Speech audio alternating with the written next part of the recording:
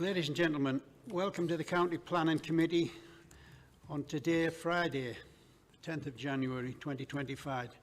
I'm George Richardson, Chair of the Committee, and I'm chairing today's meeting. Before we commence with today's formal business, can I cover some housekeeping issues, please? Can I ask everyone to switch off or make silent their mobile phones, please, and any other electronic device? Please keep your microphone switched off at all times unless invited to speak by myself. And when invited to speak, please switch on your microphone nearest to you and introduce yourself. We have a number of officers with us this morning who I'll now ask to introduce themselves, starting with Kirsty on my right. Kirsty Charlton, Committee Services. Laura Ackerman, Legal Officer. Stephen Reid, Planning Manager. Laura Eden, Senior Planning Officer. Callum Harvey, Senior Planning Officer.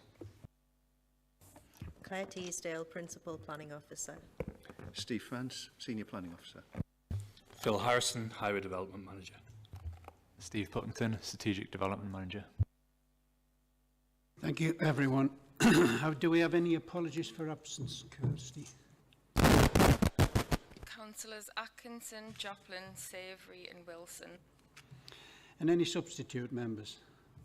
Councillor Oliver for Councillor Joplin and Councillor Kellett for Councillor Wilson. Thank you very much. Members of the committee, do I have any declarations of interest? Yes, Doug. I was just going to mention back in 2020, I think I had a discussion about this proposed development near Nitsley, and when I was working my previous job with Richard Holden and the then councillors. But partly it's a long time ago, and it was quite an administrative call from my point of view, so I feel like I can deal with it with an open mind, but I just wanted to mention that. Thank you very much for that, Doug. The minutes of the meeting held on the 3rd of December 2024. Can we agree those minutes, please? Thank you. Now we'll move on to the applications to be determined, starting with Laura at Delves Lane, or Nitsley, whichever it is. Okay, so agenda item 5A relates to the proposed development of 170 residential dwellings with associated infrastructure and open space at land to the east of Ferndean, Nitsley Lane in Temple Town. So this is the application site here, outlined in red. It lies on the southeastern edge of Consett on land to the east of Nitsley Lane, and it extends to approximately 11.65 hectares. So this is an aerial photograph of the site. You can see it's roughly divided into 4 unintensively managed fields previously used for horse grazing. The land falls from the north to the south with around about a 35-metre level difference between the highest and lowest points. Hedgerow trees are present within the centre of the site and serve as the field boundaries, with a lone stone wall forming the western boundary. A watercourse runs through the site north to south. As you can see, residential properties lie predominantly to the north and the east. There's a couple of properties on the other side of Nitsley Lane, and the buyer's a Grade 2 listed building is approximately 600 metres to the south. You've got the school here, and you've got that lies to the east. You've got Delves Lane Industrial Estate to the southeast. You have to the northwest an application which is currently pending determination for 129 units. And beyond that lies a partially completed solar farm and the Houndsgill Industrial Estate. To the south of the site, you've got the Lanchester Valley railway path, which the development proposes to make a direct connection onto. So here are some photographs of the site. The top right image is looking down Ovington Court, where the new access road into the development is proposed to be taken. The bottom right is on Nitsley Lane to the west of the site, looking east across it. The top left image is from the site entrance looking south across the site. The second is taken from that tree you can see on that top left image, again looking over the site to the south.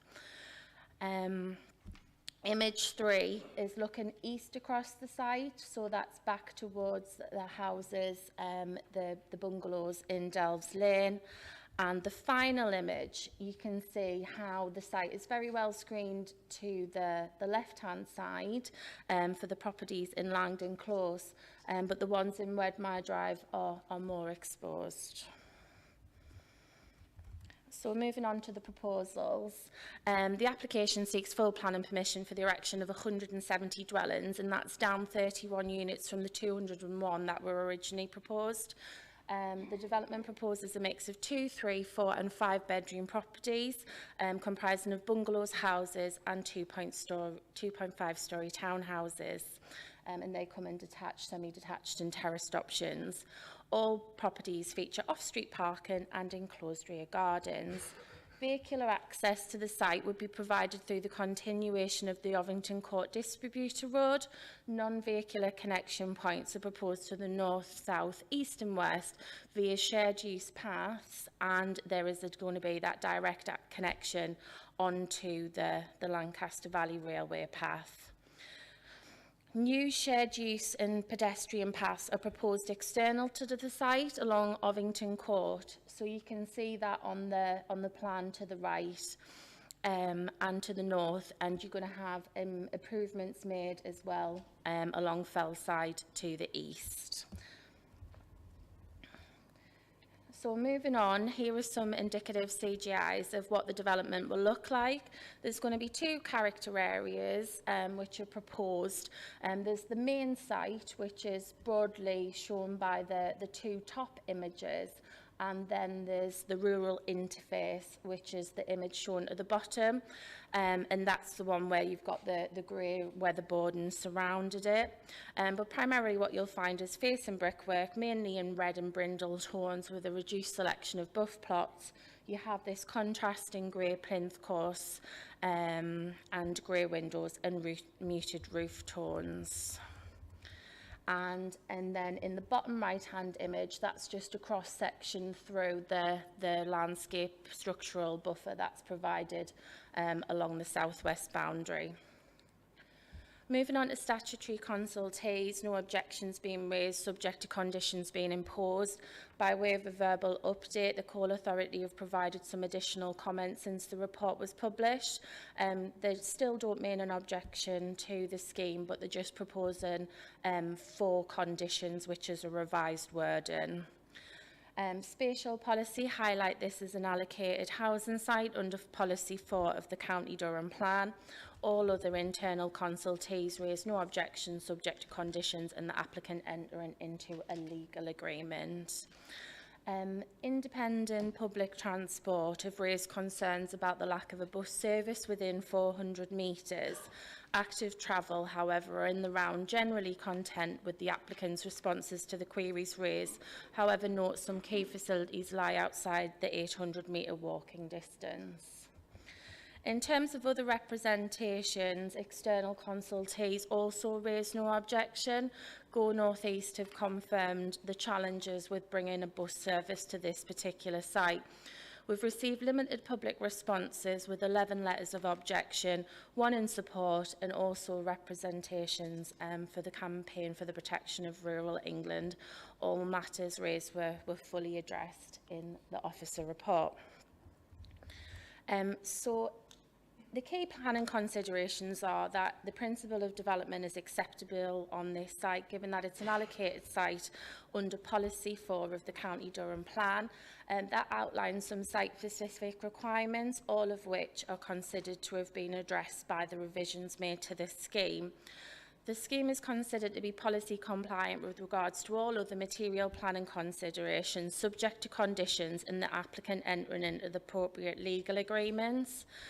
The scheme addresses housing need and mitigates its impacts with regard to public open space provision, education, healthcare, contributions are made to the Lancaster Valley Railway Path, and there's also a community initiatives contribution which will support, you know, environmental aims, and also a contribution towards the community centre. As I said, limited public objection has been received in relation to this scheme, and areas of concern have been fully addressed within the report. So in summary, the application is recommended for approval, subject to the completion of a legal agreement under Section 106 of the Town and Country Planning Act and Section 39 of the Wildlife and Countryside Act.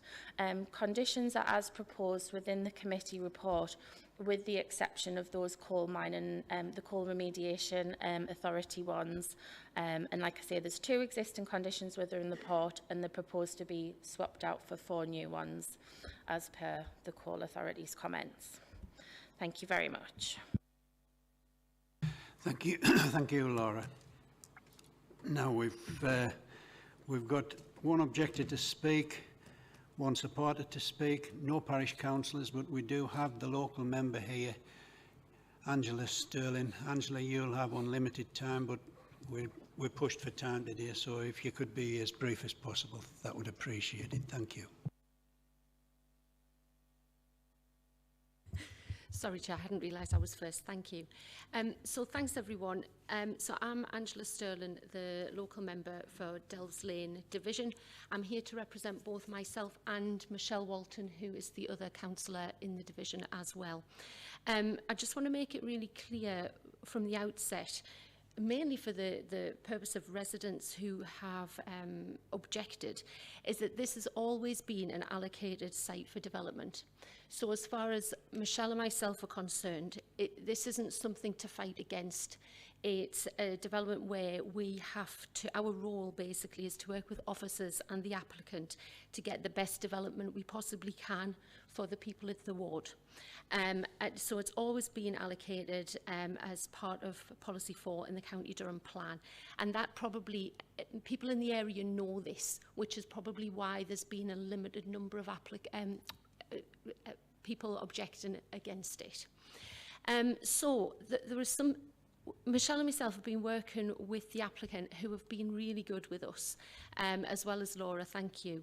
And I just wanted to mention a few of the reasons why we broadly support this, and a couple of things we're still a little bit worried about. So I'll talk about the concerns first, the big one being the bus route. So you can't get a bus route down there, it's just far too expensive, it's unviable. And we wanted a bus route down there, but for 3 reasons. So it wasn't just the bus. So number 1 was the bus, the transport.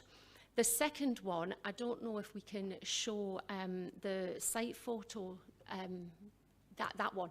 So if you look at the top right photograph, there's assuming I'm looking at the right one, Laura, that's on the left there, that's going into Dalesview. Or well, it's not, but it could be. Am I looking at the right one? Yes. So on the left there is basically a bit of a dead end with some scrap land that goes into the Dalesview estate. What local residents are worried about is that one day that might get opened up and the whole of the Dalesview estate becomes a massive rat run around Concert to avoid the traffic.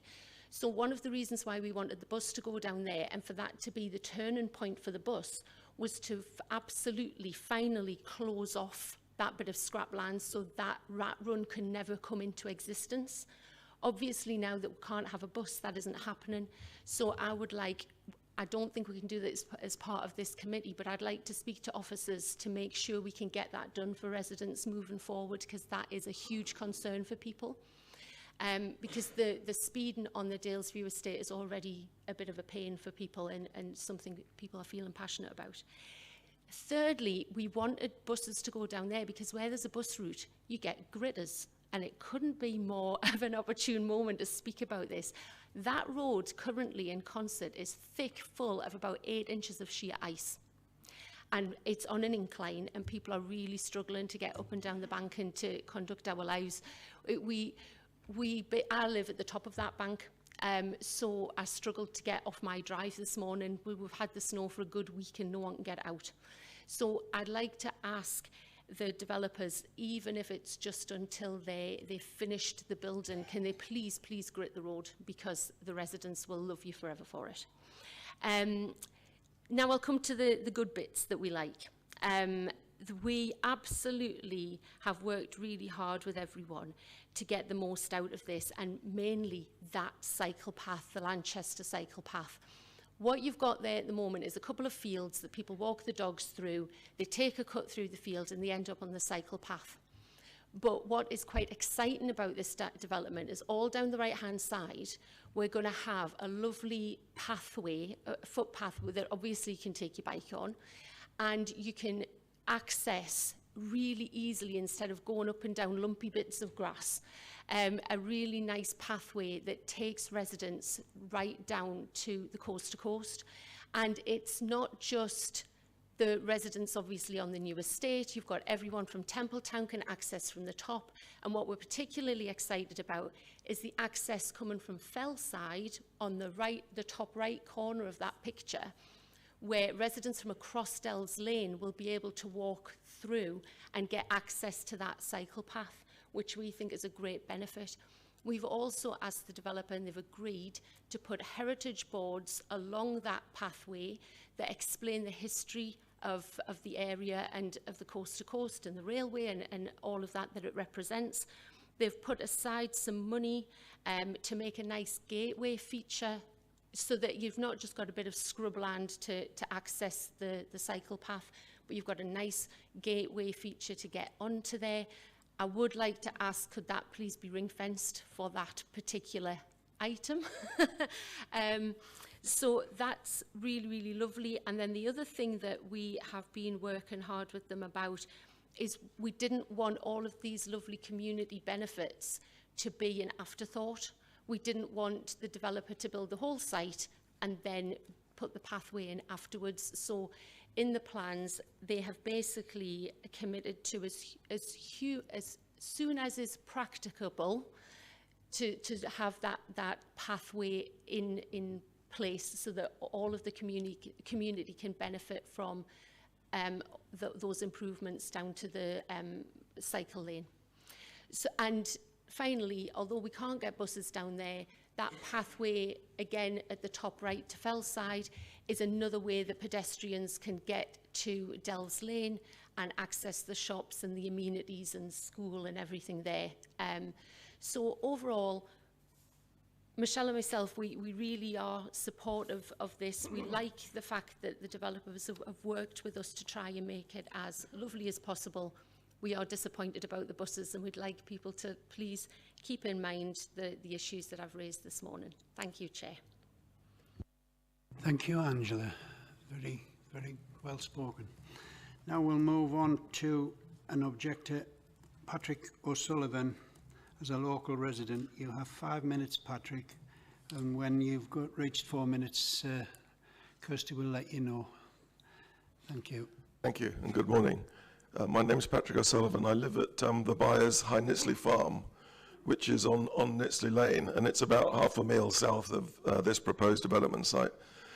Got to say straight away that I'm not a NIMBY. I fully recognise the need for additional housing, but only if there's adequate infrastructure that exists to support the housing development.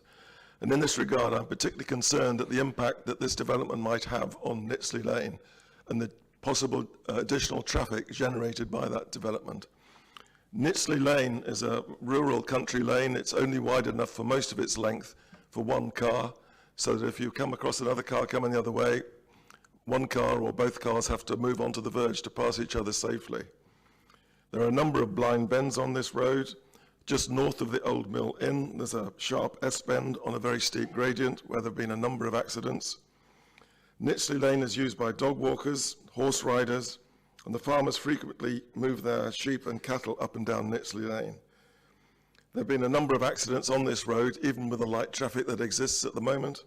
And in fact, my wife was hit by a JCB a couple of years ago. So the point of that is that I don't believe Nitsley Lane is capable of taking any more additional traffic. And what I'm concerned about is that this development site will generate significant traffic. I note in the Highways Department's part of the report to the committee, Nitsley Lane is not mentioned. In the developer's transport assessment, he seems to assume that only 1 or 2 vehicles at peak AM and PM will use Nitsley Lane. And I'm just concerned that this may be a significant underestimate of the amount of traffic that's going to use Nitsley Lane. I fully recognise that obviously I think as this part of the county plan, I'm sure that this is going to be approved, but I just want you to be aware of my concerns that if this development proceeds, I believe there's a high risk of more traffic accidents on this road, which might lead to serious injuries and possibly worse. Perhaps I could conclude by saying perhaps the council, if this development is going to proceed, could consider putting additional signage on Nitsley Lane to warn traffic of pedestrians, horse riders, farm traffic and the like, and possibly looking at providing some suitable passing places along Nitsley Lane, because as I say, at the moment, it's only wide enough for 1 car. So, as I say, I wish to express my concerns, but on the other hand, I do recognise the need for additional housing. But please be aware of the concerns that might happen if this development proceeds. Thank you. Thank you, Patrick. Some very good points there. We'll move on to a supporter speaking on behalf of Persimmon Homes, the applicant, Adam McVickers, and you will have 5 minutes, and Kirsty will let you know when you've got 1 minute remaining. Thank you. Thank you. Councillors, ladies and gentlemen, good morning. My name is Adam McVickers and I'm the Land and Planning Manager with Persimmon Homes Durham. We're pleased to be working with Durham Council to provide 170 high quality, sustainable new homes for local people in Templetown Concert. Rising mortgage rates coupled with the country's shortage of new housing means people are really struggling to find homes that they can afford in places that they want to live. The housing crisis is rightly high up on the political agenda, with the government committing recently to build 1.5 million new homes over the next parliamentary period. In order to achieve this target, a new standard method for calculating housing need has been introduced through national policy, which adjusts the annual number of homes that local authorities across the county must provide. And whilst not yet applicable in Durham, we'll soon see the council's annual requirement rise by circa 78% to in excess of 2,000 new homes per year. We at Persimmon Homes are therefore proud of our record in the region of supporting local first-time buyers, families and young people to buy their own homes. Our home buyers typically move from within a 3-mile radius, and on recent new build developments in Durham, over 80% of our buyers have moved from within that postcode area. Further, around 50% of our private sales over the last 2 years have been to first-time buyers.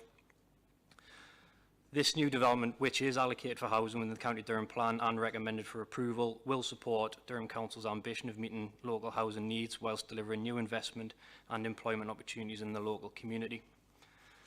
In order to achieve the increased housing need discussed previously, it's critical that sites which are already allocated for housing come forward as a starting point to accelerating supply and meeting need. In the County Durham Plan, the application site sits within the northwest Durham sub-area, in which there are 5 adopted housing allocation sites, totaling some 670 homes, all of which are located in Concert, reflecting its status of one of the more sustainable settlements within the county. Since the adoption of the County Durham Plan in 2020, this application is the first of the 5 allocation sites to have progressed to planning application stage. This development will provide a full range of 2, 3, 4 and 5 bed housing, of which, in accordance with policy, are all to be space standard compliant, and 68% are to be M42 enhanced accessibility standard compliant. Within this housing offer, a policy compliant 10% elderly persons provision is made, in addition to a policy compliant 10% affordable housing offer, with both 2 and 3 bed homes secured as first homes and intermediate tenure properties. Persimmon have worked closely with the case officer and urban designer, with the proposals moving on greatly from its initial form, with a reduction of 31 dwellings from the original proposed 201 to the now proposed 170. The resultant scheme, which you've seen today, accomplished 11 greens and 1 amber from the Council's internal design review panel, which is testament to the high design quality achieved by the development. The site design is landscape-led, incorporating a total of 13.5 acres of open space, which is equivalent to 8 football fields, through which we're proposing 1.8 kilometres of off-highway footpaths and cycleways, which forms an attractive green setting for the development areas set within. With respect to the housing design, the scheme sensitively balances the area's industrial heritage with the rural interface, utilising traditional build materials, reflecting elements of local vernacular within a clean, contemporary design style, resulting in a well-designed and attractive development which will be unique to the town. All homes on the site will be built to a minimum of 2021 building regulations, delivering a 31% reduction in CO2 emissions over 2013 regulations, and incorporating electrical vehicle charging facilities to all homes. Finally, with respect to infrastructure, the development will secure a net gain in biodiversity through on-site improvements. 1 minute remaining. Thank you. As well as ecological enhancements to an 11.8 acre site in nearby Bridge Hill. Additionally, Section 106 contributions totaling circa £980,000 have been secured towards education, healthcare, open space provision and infrastructure projects within the local area. Just to take this opportunity to come back on the specific points raised by the Council this morning in regards to gritting, certainly during the construction period, something would be happily and probably will need to do nonetheless from a health and safety perspective, given the steepness of that bank and the construction vehicles that we'll be sending down there, that we would happily commit to, you know, gritting and clearing that road as and when necessary. In conclusion, the development recommended for approval will support Durham's ambition of meeting local housing need and will make a real difference to local people and local home buyers trying to get on the property ladder. Accordingly, I politely request that the committee support the officer's recommendation and approve the scheme such that the benefits of the development can be realised. Thank you. Thank you, Adam. Laura, do you want to come back with anything?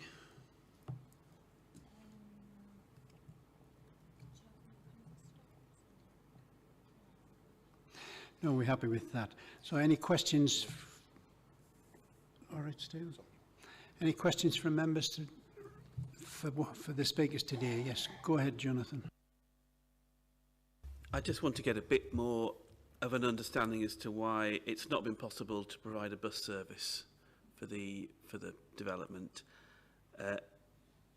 If it's anything to do with the layout of the road and the inability for a bus to do a sort of circular route, surely that's a design matter that could have been considered at early stages.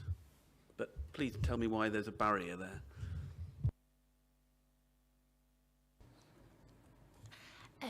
So in terms of providing this site with a bus route, we looked at 4 kind of key ways that the bus route could come in. So there is what Councillor Sterling was referring to here. There's like a little route that was kind of safeguarded through the development to the north. And it provides bus widths that run through it, but it's a very convoluted route. People park on the cars, so that was discounted. The other thing is that they also were really worried that it was going to be a rat run. We looked at like EMPR cameras and all the rest of it. We looked at whether we could get it out here, and it wasn't possible because these are just terrace houses, it's too narrow.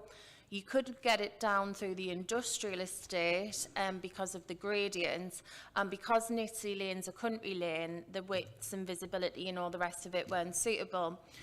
When the application originally came in, the developer had a bus turning circle within the design. We had extensive discussions with Go North East, and because of the routes that the other bus services took, there was no wriggle room in the schedule, so you would have had to provide a brand new dedicated bus. So it would have only been a shuttle bus that ran from this site up to Concert. That would have cost in the region of about £1.2 million to subsidise, in addition to all the costs of providing the bus turning circle. And Go North East felt that because this area unfortunately hasn't benefited from bus routes and services in the past, that they thought that car usage would be more ingrained, and that they thought that post-funding that the service would fall away. So what we've done is we've worked with the developer to provide a range of more sustainable transport options that we think would survive the development more long term. So there's the access onto the Lanchester Valley Railway Path here. The developer is paying a contribution to enhance that railway path. You've got access out here onto Nitsley Lane, so you've got routes up to employment sites and buses there. This bit here is what's shown on this drawing. So you've got shared use paths, you've got walkways through to Delves Lane, and that's where your main bus routes would be, and they're really, really well serviced. So we do feel like the developer did try the very best to bring a bus service, but given the constraints that we've got really well serviced routes on Delves Lane, less than 800 metres, and that we've got this other package of measures and contributions, we felt on balance it wasn't justified. Thank you. Thank you, Laura. That explains it to me. What about you, Jonathan? Well, it certainly explains it, yeah. I'm not happy with the explanation. Would you like to expand on that? I don't think how she could have done any different. Well, it appears that ultimately it's come down to a choice made by Go North East, the bus provider, that it's not commercially viable to provide a service. And I just think that that's a service failure, frankly. This development's been designed so that it has high levels of accessibility. So, you know, purchasing these homes will be attractive to older people, for example, who might not be able to walk 800 metres. So you're simply creating car dependency, and sometimes people over a certain age can't drive anymore. So it's a serious problem not to be able to provide a sufficient bus link, I think. So when Persimmon have considered the layout of the site, then they've tried to put the bungalows on routes where, you know, you would have ease of access. They've worked very hard to make sure that all the gradients, that they would meet adoptable standards. And it's just unfortunate that we did do extensive work with Go North East. We worked with our integrated public transport officers. We've got enhanced measures for the travel plan from Persimmon. We did try all other options, but this is a highly constrained site. I haven't got the site plan which shows it, but there's loads of coal head walls. There's obviously a steeply sloping site, and this is one of our housing allocations, and we did have to make a decision in the planning balance. The MPPF and the County Durham Plan request you to do like a hierarchy of walking, cycling, public transport. I think they've done absolutely everything they can with walking and cycling routes, and it talks about like where possible in a high quality transport network. Even if I got that bus route to the site, it wouldn't have been high quality. It would have just been a shuttle run. The services that are out to the east though are high quality services that run to local and regional centres in evenings and weekends. So people are more likely to just walk that little bit further to access those services, especially since of the improvements. So I don't think you can see it here, but here is the route along Fellside, and can you see where all these dots are? They're putting drop curbs in where there's non-existent, so that buggies and disabled people can actually have a better form of access than what they do now. So literally everything that can be done, we've done. Thanks. Thank you, Laura. I don't think really that was a fair question, Jonathan. Doug, you want a question? It's more sort of a comment. I mean, I'm very sympathetic to Jonathan's point of view, and that obviously public transport access as much as possible. Sorry, Doug, is this a definite question, or is it something we could pick up in the debate? Well, I think it's an important point on this specific question, in that so my council wards includes most of Nitsley Lane, and just that, I mean, just sort of responding on the point that I think the site is constrained in terms of the accessibility, and that you've got the very well developed Temple Town estate to the north, and then you've got to the south you've got Nitsley Lane and the brooks that run through that, which unfortunately I think limits the access in terms of the bus routes that are likely to be developed. And I think the main routes would run down Delves Lane. Nitsley Lane's not suitable for a bus route in this sense, and I just think from a layman's point of view, it just makes it difficult to put in a commercially viable bus route. Thank you, Doug. Any further questions at this point? No? Well, we'll Alan, just a quick one, please. It was on the affordable provision. Are they sort of, what actually are they, Laura? Are they to be sold or to be rented?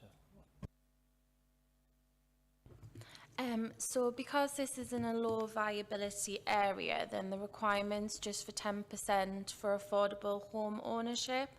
So I'm just finding the relevant section of my report, apologies. So what that's going to be is that's going to equate to 17 units. There will be 4 number of first homes and they'll be all 2 beds. Then we're going to have 13 number discounted market sale units comprising of 7 2 beds and 6 3 beds. So that's all policy compliant. They would all meet NDSS standard and the like. We've also got the 10% older person provision, the 66% M42 is actually slightly higher than that. So it's all policy compliant in regards to meeting housing needs. Thank you, Laura, for that, and thank you, George. Just a little point on the discount marketed ones. Just a scheme we had a few years ago at Lumley. They didn't come in very much discounted. They were priced quite high. So by the time they put the discount on, they came in quite a normal price. So I'm just curious, that now we're ahead of the game to stop that happening, that they do actually come in at affordable for locals to be able to purchase them. Otherwise, they because we seem to be moving away from rented affordable more onto discounted market. I'm just wondering if there's nothing to say that Persimmon actually, this is a genuine scheme, but just in the bigger picture for the county, if we are moving towards more of reselling these properties, that they are they are viable to be sold for the people they are intended for. So with the position that we had before, then it was that the first 10% would always be for affordable home ownership, and anything above that would be for affordable rent. So with regard to these discounted rates, we've got set rates of discount for the first homes. I believe that's 30%, and then we've got a similar kind of level of discount for the discounted market sale. We've been in full discussions with the Affordable Housing Officer. The percentage discount has been agreed, and the legal agreement is pretty much drafted, depending on the outcome of this. Adam might be able to confirm what the actual percentage discounts are, but it does get them down to an affordable level that has been verified by our Affordable Housing Officer, so we're satisfied. Do you want to comment on that, Adam, please? It's a 20% discount on the 2-bedroom properties and a 29% on the 3-bed. Satisfied with that, Alan? Jonathan, this is still Thank just you, Chair. a question. Yes, it's a question. I'm interested in the concerns raised over Nitsley Lane and whether it can accommodate the traffic. One of the objectors expressed views in relation to that, and I wonder whether our highways officer might be able to elaborate on the capacity of Nitsley Lane. Yeah, we're quite content. There was a transport assessment and 2 technical notes submitted by the applicant. We're content that the level of traffic this scheme would generate that would travel along Nitsley Lane is proportionately small. So we're happy with it.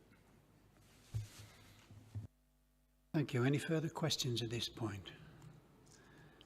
No, well, we'll move into the debate then, please. I would like to comment first. David Boyes. Thank you. David Boyes representing Easington, but I'm very familiar with this road, and I am fully support for the scheme. It's in the plan, and it looks a very attractive scheme. I was concerned about the lack of the bus from this like development up to Concert and beyond, but I think my concerns have been answered. If it's not possible, it's just not possible, and I think it does seem prohibitive to try and put a scheme in there. I am concerned though, and I'm still remain concerned about the volume of traffic that's going to be going up Delves Lane at peak hours. it's this tailbacks all the way up to the roundabout where you would turn right to go towards Newcastle or go in towards Concert. It can take 20 to 25 minutes to get up Delves Lane, which would normally take 2 to 3 minutes. I'm just a bit concerned about the volume of traffic that's going to be added to that, where people are having to go up Delves Lane to get towards Tyneside and Stanley and Chester Street, as well as going up to the main Concert Road. But I just wanted that recorded. But on the whole, I am happy with this scheme, and I would like to propose we support it. Is that moving the application, David? Is that moving the application? Thank you. Alan. Yes, thank you, Chair. And again, I think everything's been addressed and questions answered, and I'm happy to second the scheme. Thank you, Chair. Jonathan. I actually think this is a really fantastic development. It's good to see a major scheme like this going forward on an allocated site. I want to make that point. It's excellent to see the level of connectivity with the Lanchester cycle route and the efforts that have been made to achieve that. I'm also really impressed with the open space provision for this application. Good sized gardens, real attention to open spaces, and especially nature conservation and restoration on the site.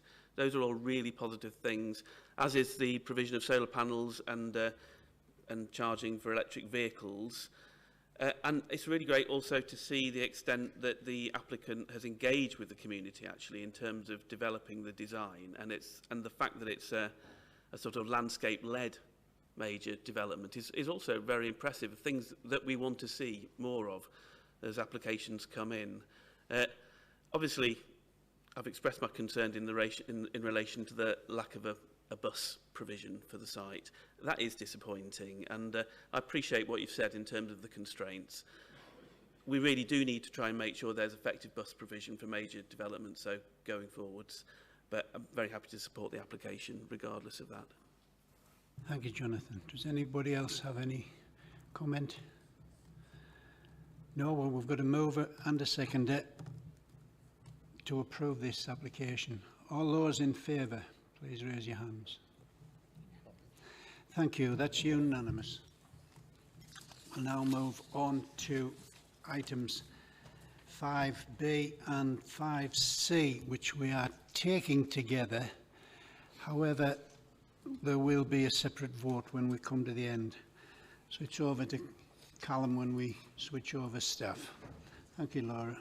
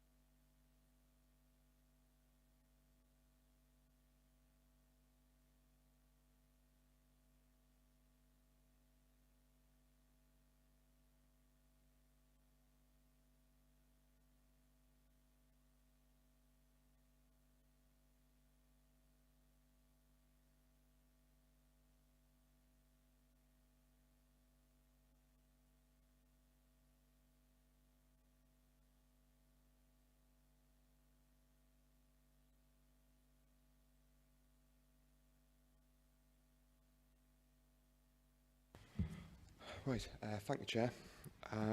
So as the Chair mentioned, the first slide includes the description of the proposal for the second and third applications on today's agenda. As both of these applications are seeking consent for the same development, in the interest of a more coherent officer presentation and to assist members when considering the proposals, officers will cover both the second and third applications on today's agenda in the same presentation. Members would then be able to ask officers questions on both applications at the same time and subsequently debate both applications at the same time. Members would then need to vote on each application in turn. So to summarise the descriptions of each proposal, These applications are seeking approval for a data centre on Plot D of the wider Akeley Head site. The first application is seeking to amend the original outline consent for the redevelopment of the Akeley Head site, and the second application is seeking approval for the detail of the proposal, also known as the reserved matters.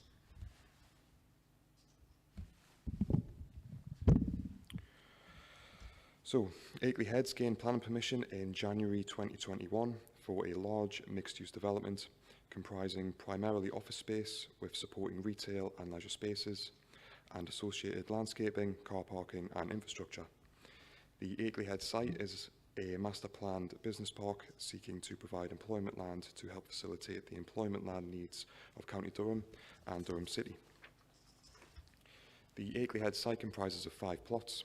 Plots A and B are the current County Hall site and the adjacent car parking areas, seen at the bottom end of the drawing on the screen. Plot C is located at the northern end of the wider site, adjacent to Durham Trinity School and Akeley Heads Way. Plot C has seen the construction of an office building, which is occupied by the County Council and known as Core 10 House. Plot D is located to the southeast of Plot C, and Plot E is then located further east of Plot D and to the west of the police headquarters site. So the next slide shows the location of the wider master plan site in the black line, and the red line shows the extent of Plot D. And the red line includes the previously approved access up to Akeley Heads Way to the northeast. And the next slide again shows the wider site and Plot D using an aerial photo, which should provide a better sense of where Plot D is located relative to County Hall. The yellow line shows the extent of the wider site, which benefits from the 2021 consent. So to the north of Plot D is Salvers House, which is an office building. To the west and south of Plot D is a well-established tree belt, the height of which is a key consideration when assessing the current proposal. To the east of Plot D is Plot E, which is a flat parcel of land at a lower level than Plot D. So we're just going through the site photographs, Chair. The next slide shows the access into Plot D from Akeley Heads Way at the northern edge of the site. Members should note that the principle of this access arrangement was previously established through the 2021 consent. The proposal is seeking to remove some of the trees to the east of the access seen on the left-hand side of these photos in order to provide an access of sufficient width. The next slide shows photos further down the existing access. The existing segregated footpath to the west of the carriageway, separated by the timber fence shown on the photographs, would be retained. The next slide shows the existing footpath to the east of Plot D. This is to be retained as part of the proposal, and a raised table crossing would be provided across the access into Plot D to give priority to pedestrians and cyclists. The proposal of Plot D would be located to the left of the tree belt shown on these photographs. The next slide shows views within the eastern half of Plot D, looking south and then west. And the next slide shows views again within the eastern half of Plot D, looking north. The office building known as Salvers House is located in the background. The next slide shows views within the western half of Plot D, looking west and then north.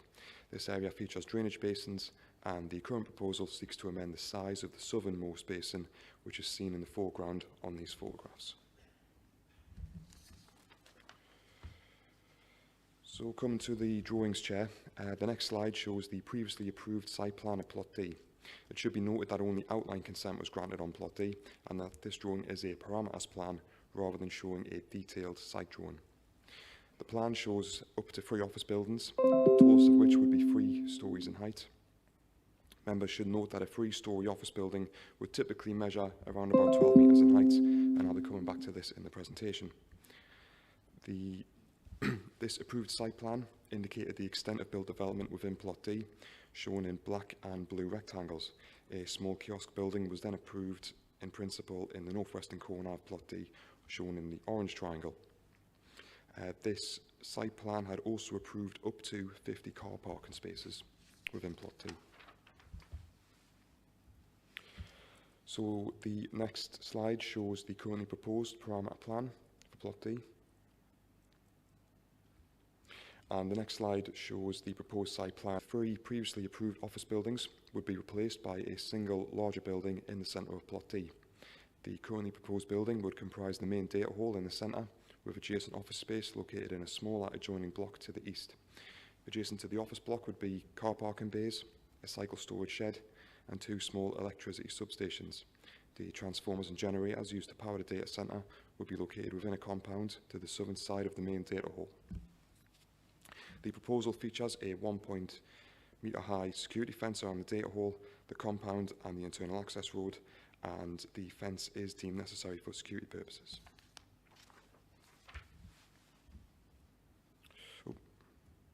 So the footprint of the building, the extent of hard standing and the security fence have been required, have required the size of an existing drainage basin at the southern end of the site to be amended. Due to its footprint, the proposal would also lead to the loss of a number of trees and scrub. Replacement trees are indicated in light green on this drawing. Further required tree planting would be provided in an off-site location as part of the proposal's off-site biodiversity net gain measures, which will be secured by condition. So the next slide show the elevations of the proposed building. So the first slide shows the southern and western elevations, and the next slide shows the northern and eastern elevations. So the eastern elevation at the bottom of the photo, that would form the front of the building when accessing the site from the east. The height of the building, as well as its footprint, have been key considerations for officers, given that the site is within the inner setting of the Durham Castle and Cathedral World Heritage Site, and given that the development of the site would also be visible within the wider landscape. The applicant has worked proactively with officers in looking to amend the scale and design of the building to ensure that there would be no harm to these key site constraints. In respect of the height of the building, as noted earlier in the presentation, the previously approved 3-storey office buildings would typically measure up to 12 metres in height. Due to the timber enclosure around the plant upon the roof, the proposed building would be 13 metres in height. The top of the flues would then extend up to 15 metres in height. So the next slide shows a very, very important drawing, and this is the site section across the site when looking east. So this drawing shows the height of the proposed building relative to its surroundings. To the left of the drawing is Salvers House, and to the left and right of the drawing are the existing tree belts to the north and south of Plot D. The height and depth of the tree belt on the right-hand side of this drawing is key, as despite the height of the currently proposed building, the tree belt is still able to provide screening from views from the city and from within the wider landscape. And it is the height of this tree belt which was given a lot of weight by both the landscape officer and the design and conservation officer. So the next slide shows the proposed office block to the east of the main building, along with the proposed timber cladding to be used on the main building and the green-brown chameleon cladding to be used on the office block. So it is considered that these materials are sympathetic to the building's woodland surroundings. When seeing the development from the public vantage points to the east of the site, the chameleon-clad office block would help draw the eye toward that smaller block rather than the larger timber-clad building behind. So turning to consultations and representations, there have been no objections from statutory and internal consultees, subject to recommended conditions. We have received comments from the City Durham Trust and from 2 members of the public. We do not have any letters of support. The Parish Council have also provided initial comments in November and updated comments in December. These are explained in the officer report, and I'm conscious that they are also registered to speak here today.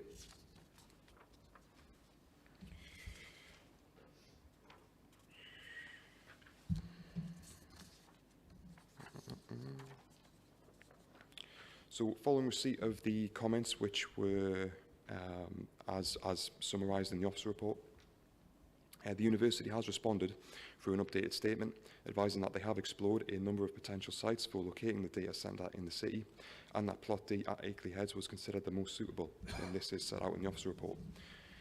What's also set out in the report is the County Council's planning team have sought the views of the Corporate Property and Land team, also known as CPAL. So CPAL manage the marketing and development of the Agley Head site, and they advise that Plot D, if developed for a data centre, will bring significant positive benefits. They advise that the proposal has their full support, as it will be an attractor to further development at Agley Heads. They advise that the current proposal for a data centre is compatible with the Agley Heads master plan, and that the Agley Heads Innovation District would benefit enormously from the data centre, as it could support longer-term job creation.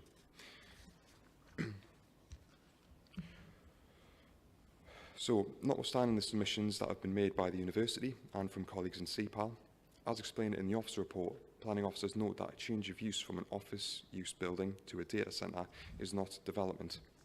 Therefore, changing an office building to be used as a data centre would not require planning permission.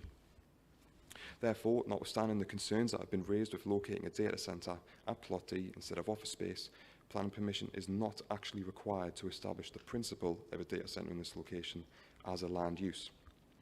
Permission is, however, still required for the scale of the building, for its layout within the site, for the landscaping within the site, and for its subsequent appearance.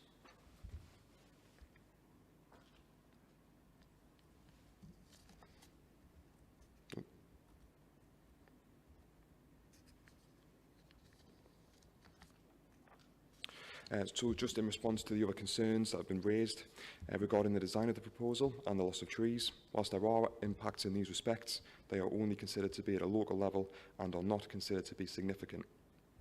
Officers also note that the scale, massing and layout of the development is driven by the functional need of the data centre and has been informed by lengthy discussions between officers and the university and their project team at the pre-application stage.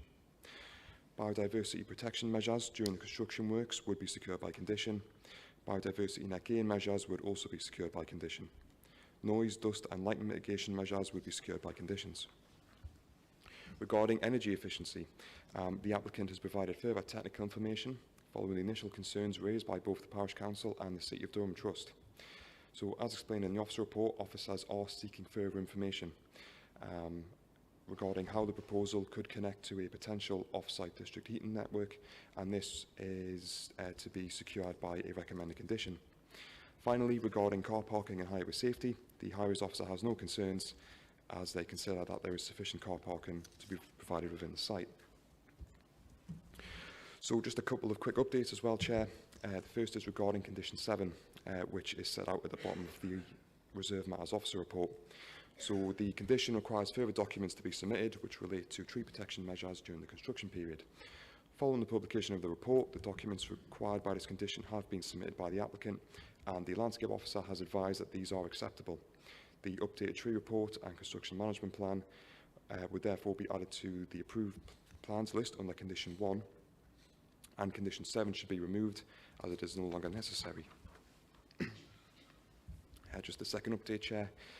Regarding condition 8, relating to technical drainage matters, following the publication of the report, the applicant has submitted further documents, and the public may have noticed this on the planning file.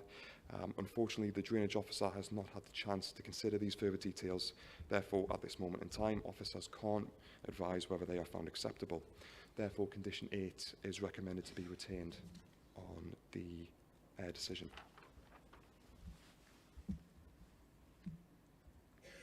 So just to summarise, Chair.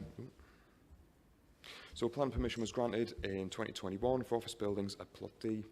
The current application seeks approval for the creation of a data centre and the associated works. While the principle of locating a data centre at Plot D does not require planning permission in itself, the detailed matters of the proposal do still require planning permission. As explained in the officer reports, the proposal would not lead to any unacceptable adverse impacts. It is also considered that a data centre would not harm the future development of the wider Agley Head site, and would instead act as a catalyst for future development of the remaining plots across the site. Officers therefore recommend that members grant planning permission for both of the applications relating to Plot D, subject to relevant conditions as updated. Thank you, Chair. Thank you, Callum. Now we've got several speakers on these two items, as you'll appreciate. And we're going to start with you, Grenville Holland, from the City of Durham Parish Council. Now, you've got 5 minutes to speak. And yes. Just a minute. And, sorry. And Kirsty will let you know when you've got 1 minute remaining. And then you will have another 5 minutes with the same proviso to speak on 5C. Yes, thank you, Mr. Chairman. We had obviously prepared two separate presentations in terms of two applications. I will, if you wish, put the two together. It will take slightly more than 5 minutes because the variation of conditions was the one that concerned us on a technical issue. The reserve matters was of far less concern, and we could respond to that rather more easily. Now, would you prefer me to speak first on the variation of conditions and leave it there for discussion, or shall I put both of them together as best I can and leave it for further discussion afterwards? Legal is happy for them both to be together. Thank you.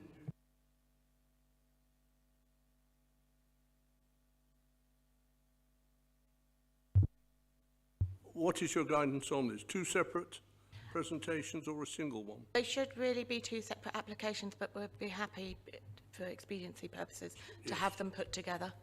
Okay, so I'm deaf. What's she saying? Put them together. Put them together. Okay, thank you. I will go a little bit more over 5 minutes then. What I wanted to do was to thank you for the opportunity you provided us with to speak on both the variation of conditions and the reserve matters. And what we want to do is to measure these against the integrity and the interpretation of the Akeley Heads Master Plan, as well as the specific parameters for the development of Plot D, which were so carefully drafted and approved in January 2021. At the time, we firmly believed that they provide us a substantive guideline defining the layout and use on each of the identified development areas.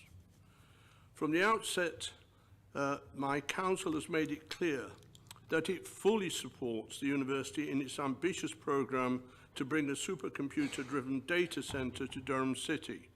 Its presence will bring benefit to and lift the profile of both the university and our city and enhance the North East as a whole. The reason we called both applications to committee was certainly not to block its progress, but to give a wider opportunity for our residents to understand this proposed initiative as it relates to the specific role of the Akeley Head strategic employment site and our community. Even following DPP's document L009, the Parish Council still felt there were three matters unresolved. First, although reference is made to justifying the very low number of jobs on the site, that justification is missing from this document. This is important if we are to sustain one key purpose of the Akeley Heads strategic employment site, namely for the whole site achieving the hoped-for 4,000 jobs. The response in the officer's comprehensive and generally very good report still remains inadequate. However, surely the greater potential for jobs outside the estate offers justification. Secondly, the building parameters for Plot D recommend 3 buildings, each with a 1,000 square metre footprint. In response, DPP adroitly converts this into a single footprint of over 3,000 square metres, with a convoluted reasoning that the data centre building, with a proposed total footprint of 3,845 square metres, with an additional footprint of 487 square metres for the associated external generator yard, merely seeks to increase the maximum GA floor space parameter by 1,032 square metres, which is minor when viewed within the context of the wider scheme as a whole. However, the parameters for Plot D actually identify 3 separate units at least 15 metres apart and with trees retained between each unit, so as to maintain the parkland quality for which Akeley Heads is being promoted. That constraint has been set aside. Third, L009 again lacks adequate details about how waste heat will be captured and redistributed. All that is offered is a schematic diagram of cooling systems, no location for the necessary pumps, and no information on whether external modifications will be needed.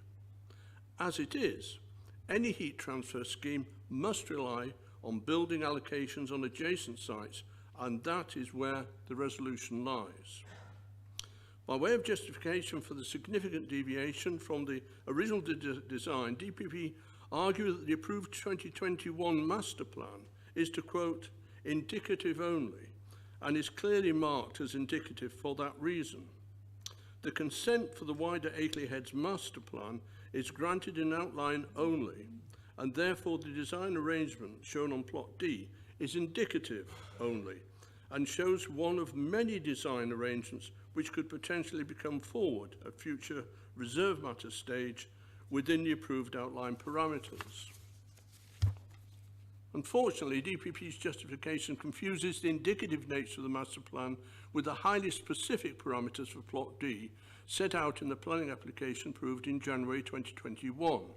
So it's reasonable to ask, and this is the key in terms of what the committee should address, under what circumstances are such carefully designed requirements to be set aside? To an extent, the officer's report echoes DPP when it justifies these exceptional circumstances under the guise of functional need. Again, I would ask, how many times will this persuasive cover of functional need be used again in the future? And what yardstick will be used? These are the questions which the committee must address. In its haste to approve a very important and worthwhile application today, we believe it's vital you clearly reaffirm that Akeley Heads is for the creation of some 4,000 high-quality jobs on a site with the high standards of design, landscape, traffic planning, and energy sustainability.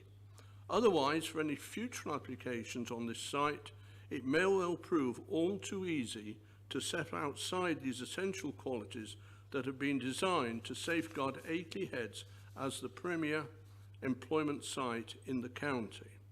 However, Durham's location and fitness to host the data centre is beyond question. It will service not only the 5 regional universities, but also provide opportunities in areas such as healthcare, life sciences, finance, engineering, and manufacturing, all of whom could require its facilities. Therein lies its employment potential. Furthermore, in a national setting, Durham is also perfectly located, standing between Bristol, Cambridge, and Edinburgh, with the university fully qualified to manage and make best use of the 4th of these major research centres. Therefore, every effort today should be directed towards Durham University joining the elite group of Bristol, Cambridge, and Edinburgh. In response to the government's cautious statement on August the 2nd concerning the future of these data centres, and in order to achieve that goal in a financially competitive world, it is important that the strongest possible research and political reasons are presented to central government via the wider university community. Furthermore, our own MP Mary Foy, I know personally, is giving this project her full personal support, in support of which might usefully include her fellow MPs whose university-based constituencies will also benefit from this data centre. And again, this will be usefully aided by the Mayor of the North East, Kim McGuinness. In conclusion, therefore, bringing these 2 applications together, the Parish Council fully supports this application and wishes Durham University and our County Council every success in the future. Thank you, Mr. Chairman. That's the 2 put together, but they're making 2 separate points. Thank you. Thank you, Grenville. Now, we've not got any local members able to be here today. However, they have sent an email in both their names to be read out by Kirsty, please. It's an email from Councillor Liz Brown.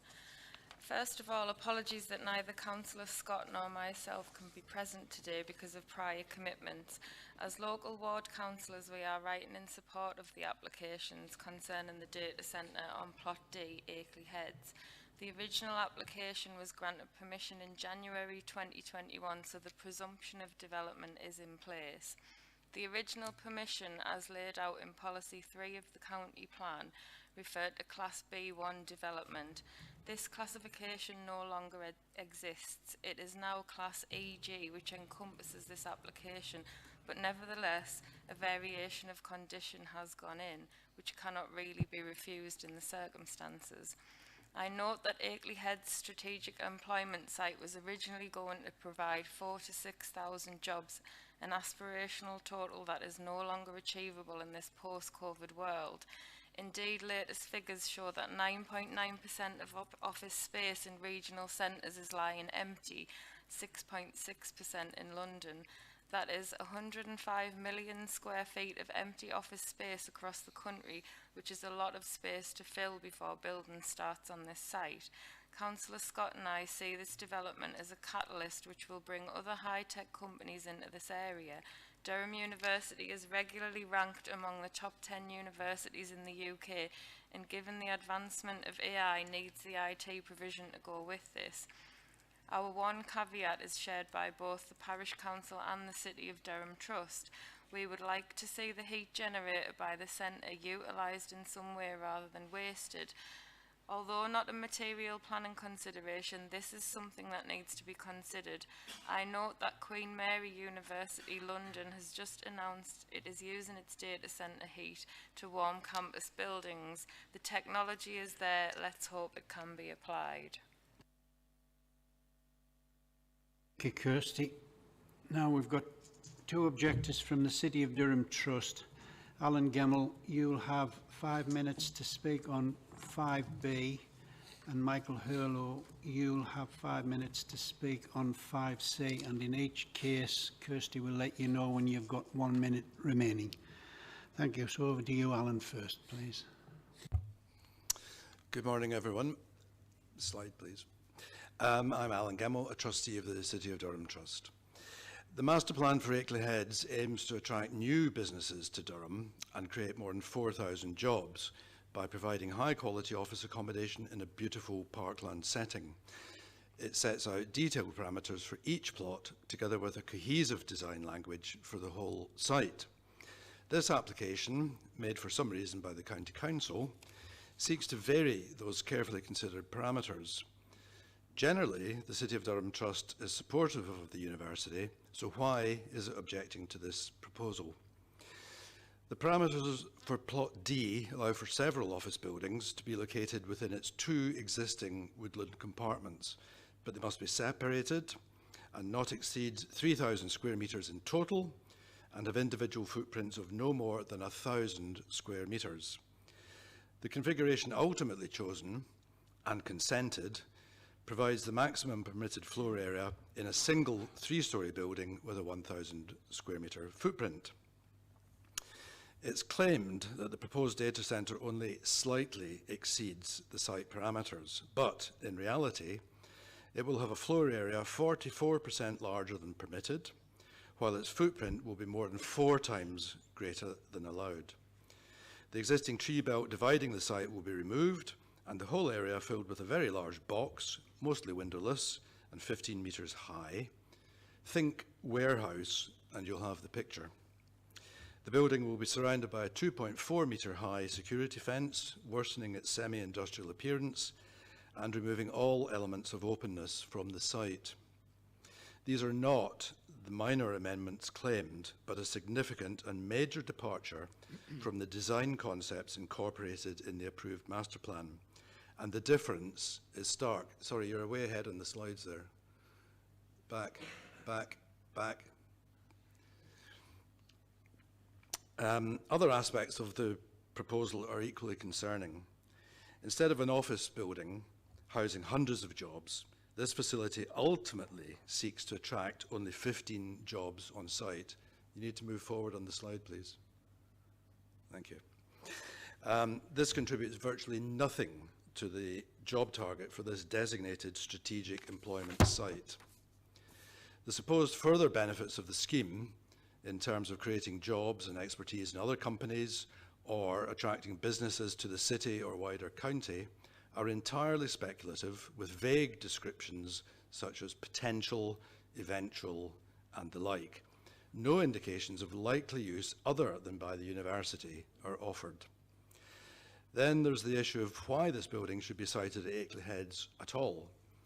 The university argues it has evaluated several locations within its estate, but found nowhere suitable, leading to the need to locate this facility on Plot D.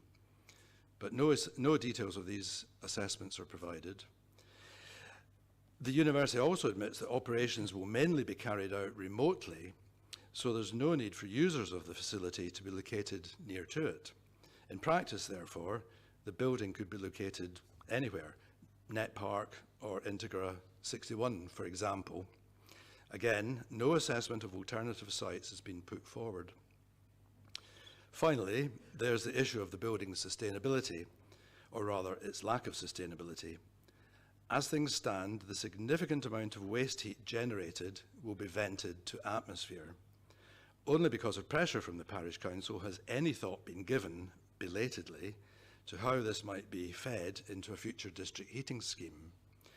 The only problem is that there are no plans for such a scheme at Akeley Heads. But ironically, the university does have plans for one at its science site, which is where this building ideally belongs.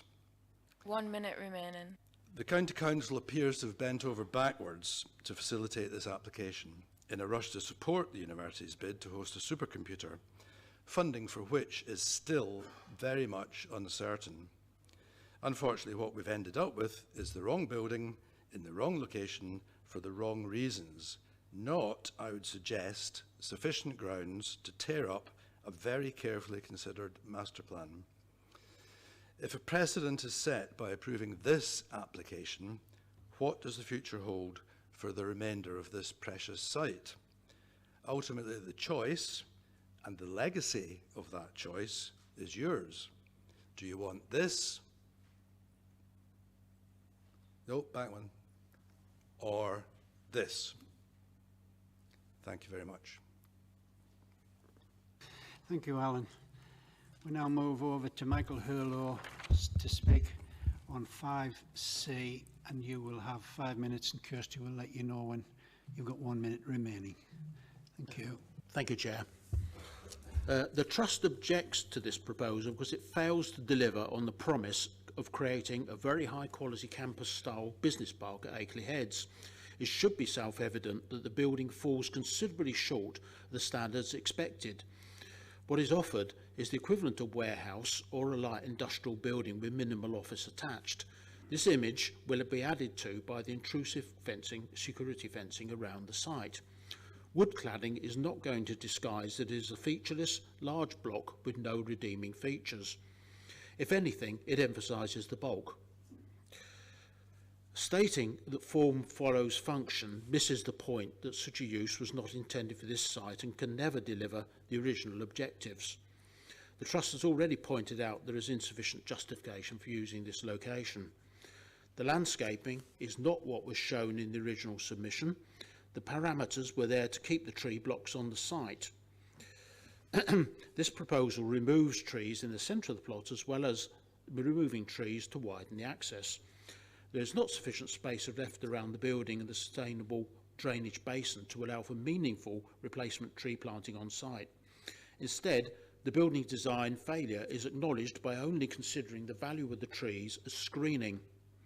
This is rather than integrating them into the layout and building design to create the high quality design originally envisaged. Could you go back to the first slide, please? No, the shot of the... Keep going, keep going. Keep going, keep going, keep going.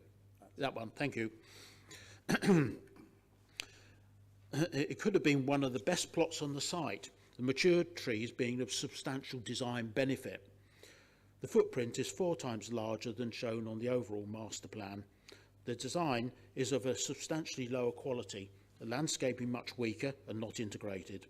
The reuse of waste heat will only be possible through development of the rest of the site and is not yet proposed. The jobs created are insignificant compared to the targets for Akeley Heads. Other business and job stimulation is only a possibility with as yet no clear means of delivery. The technological and status benefit for the university should not obscure that this isn't the right site for it. If the use of Akeley Heads is to be substantially revised, it should not be by plot, masking major changes and losing sight of the original master plan promises. A new coherent master plan should be required that seeks to achieve the original quality promised. Thank you, Chair. That's the end. Thank you, Michael. We'll now move on to the supporters. We've got Faith Foley, who will speak for 5 minutes on 5B, followed by Colin Bain and/or Jonathan Smith, who will have 5 minutes to speak on 5C. So it's starting with Faith, please. Kirsty will let you know when you've got 1 minute remaining. Thank you, Chair.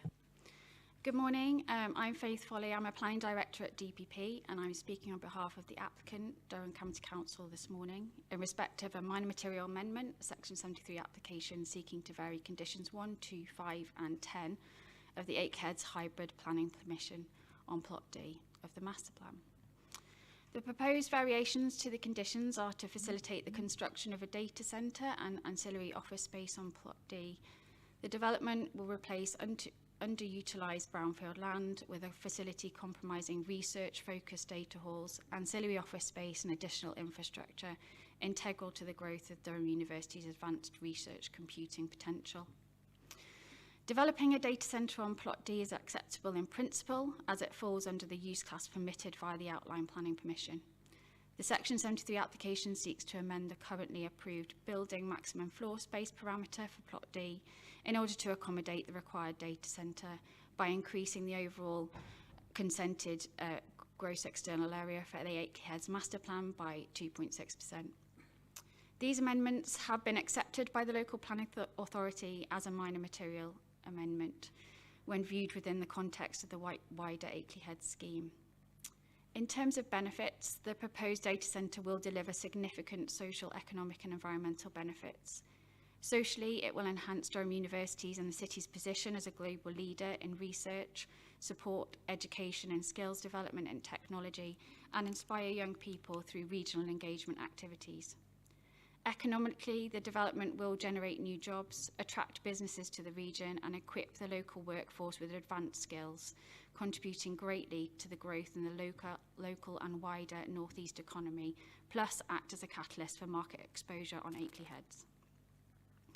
Environmentally, the development targets a BREEAM Very Good rating and incorporates sustainable design features such as a highly efficient lighting, water, heating and cooling systems, and the use of materials with a low life cycle environmental impact and embodied energy. The proposal also facilitates connection to any future potential district heating system and offers off-site biodiversity net gains through woodland enhancement. These benefits align with the MPPF and County Durham Plan, delivering a forward-looking sustainable project with wide-reaching benefits. Officers have recommended this application for approval, and we respectfully request that members support this recommendation, which will enable the delivery of the data centre and its significant and wide-reaching benefits, which is subject to the reserve matters application, which is to be considered next. I thank you for your time, and I'm happy to answer questions. For that, Faith. Now, speaking on 5C, we've either got Colin Bain or Jonathan Smith. Kirsty will let you know when you've got 1 minute remaining. You'll have 5 minutes. Thank you, Chair. So my name is Colin Bain. I'm Pro-Vice Chancellor for Research at Durham University. Not so many years ago, it might have been fair to characterise Durham University as a global university that happened to be situated in the northeast of England. Today, a fairer description would be a university that's an integral part of its region, that also happens to be one of the top 100 universities in the world. Durham University is one of the region's largest employers, supporting nearly 11,000 jobs in County Durham, generating more than £650 million a year for the North East region, and directly employing 5% of those who work in the county. Durham graduates around 8,000 students a year, many of whom remain in the North East, strengthening existing businesses and attracting and creating new ones. Durham University, through our research collaborations, partnerships, student recruitment and alumni, raises the global profile of the city and of the region. The Durham Innovation District, of which the Akeley Heads development is a part, is an excellent example of the university working with its civic partners to develop a business environment in the heart of Durham for data-intensive companies. High-performance computing, including applications in AI, lies at the heart of modern business, and to have both the physical hardware and, I think more importantly, the skills to exploit it at Akeley Heads and in the university would be a strong attractor for businesses. The potential for locating a supercomputer at Akeley Heads was identified at an early stage in the development of the concept of the Innovation District for these reasons. High-performance computing also lies at the heart of research, from modelling the universe to particle physics, from prevention of disease to designing smart grids for a decarbonised energy supply. Durham University already runs national supercomputers like Dirac and BEAD, and high-performance computing is a key part of our science transformation programme, which aims to ensure that we retain a world-leading position in scientific research. So when we're seeking the best location for the next generation of supercomputer, Akeley Heads stands out as a site that can deliver the greatest benefits, both to the university and to the county. The data centre for which we are seeking consent is designed to house one or more supercomputers, highly advanced computing machines designed for exceptionally fast data processing and complex calculations. And I might just add, in response to one of the comments we've just heard, it is not just about having distant users logging into the cloud. This is about developing and designing the next generation of supercomputers that can meet the needs of businesses and research. It's not just a data center that will house rows of servers from Microsoft or Google.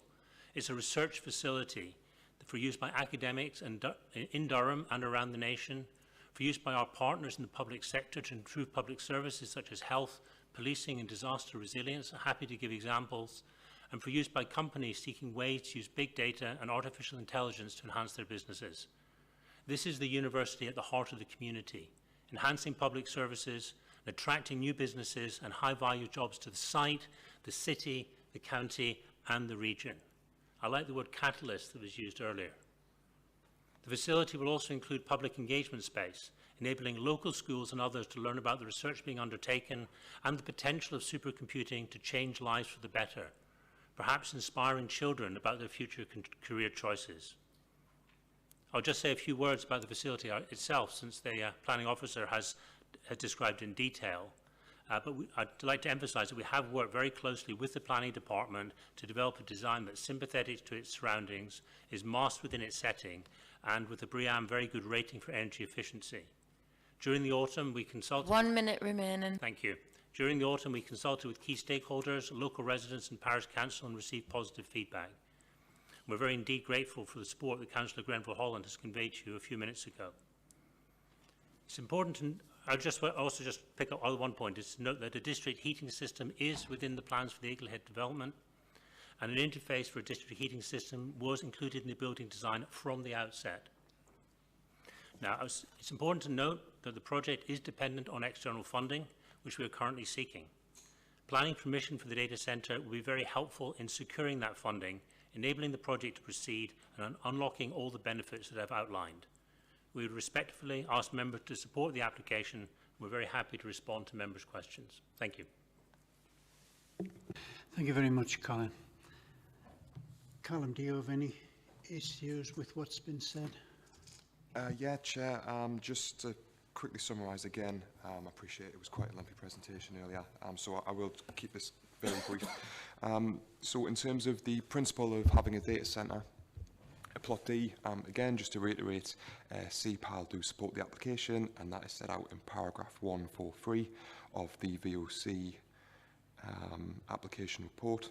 Notwithstanding this, the data centre and the subsequent comparative loss of jobs wouldn't need planning permission anyways, and it is considered that the approval of this scheme of Plot D would not set an unwanted precedent elsewhere at Akeley Heads. Each application must be considered on its own merits.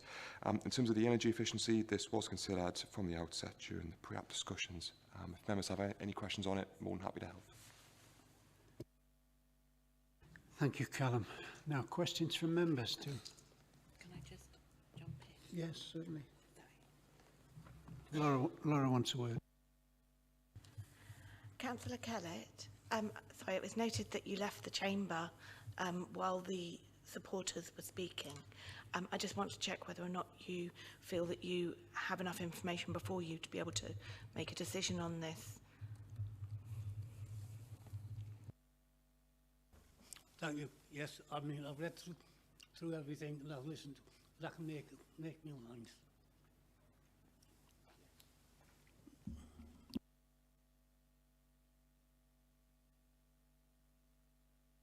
Thank you. Questions from members. Jonathan, did you have your hand up? Yes, thank you, Chair. I just wondered whether there's any planning mechanism that might be able to, through the planning process, compel the university to make good use of the excessive heat that this will generate in terms of directing that to through a local heat network.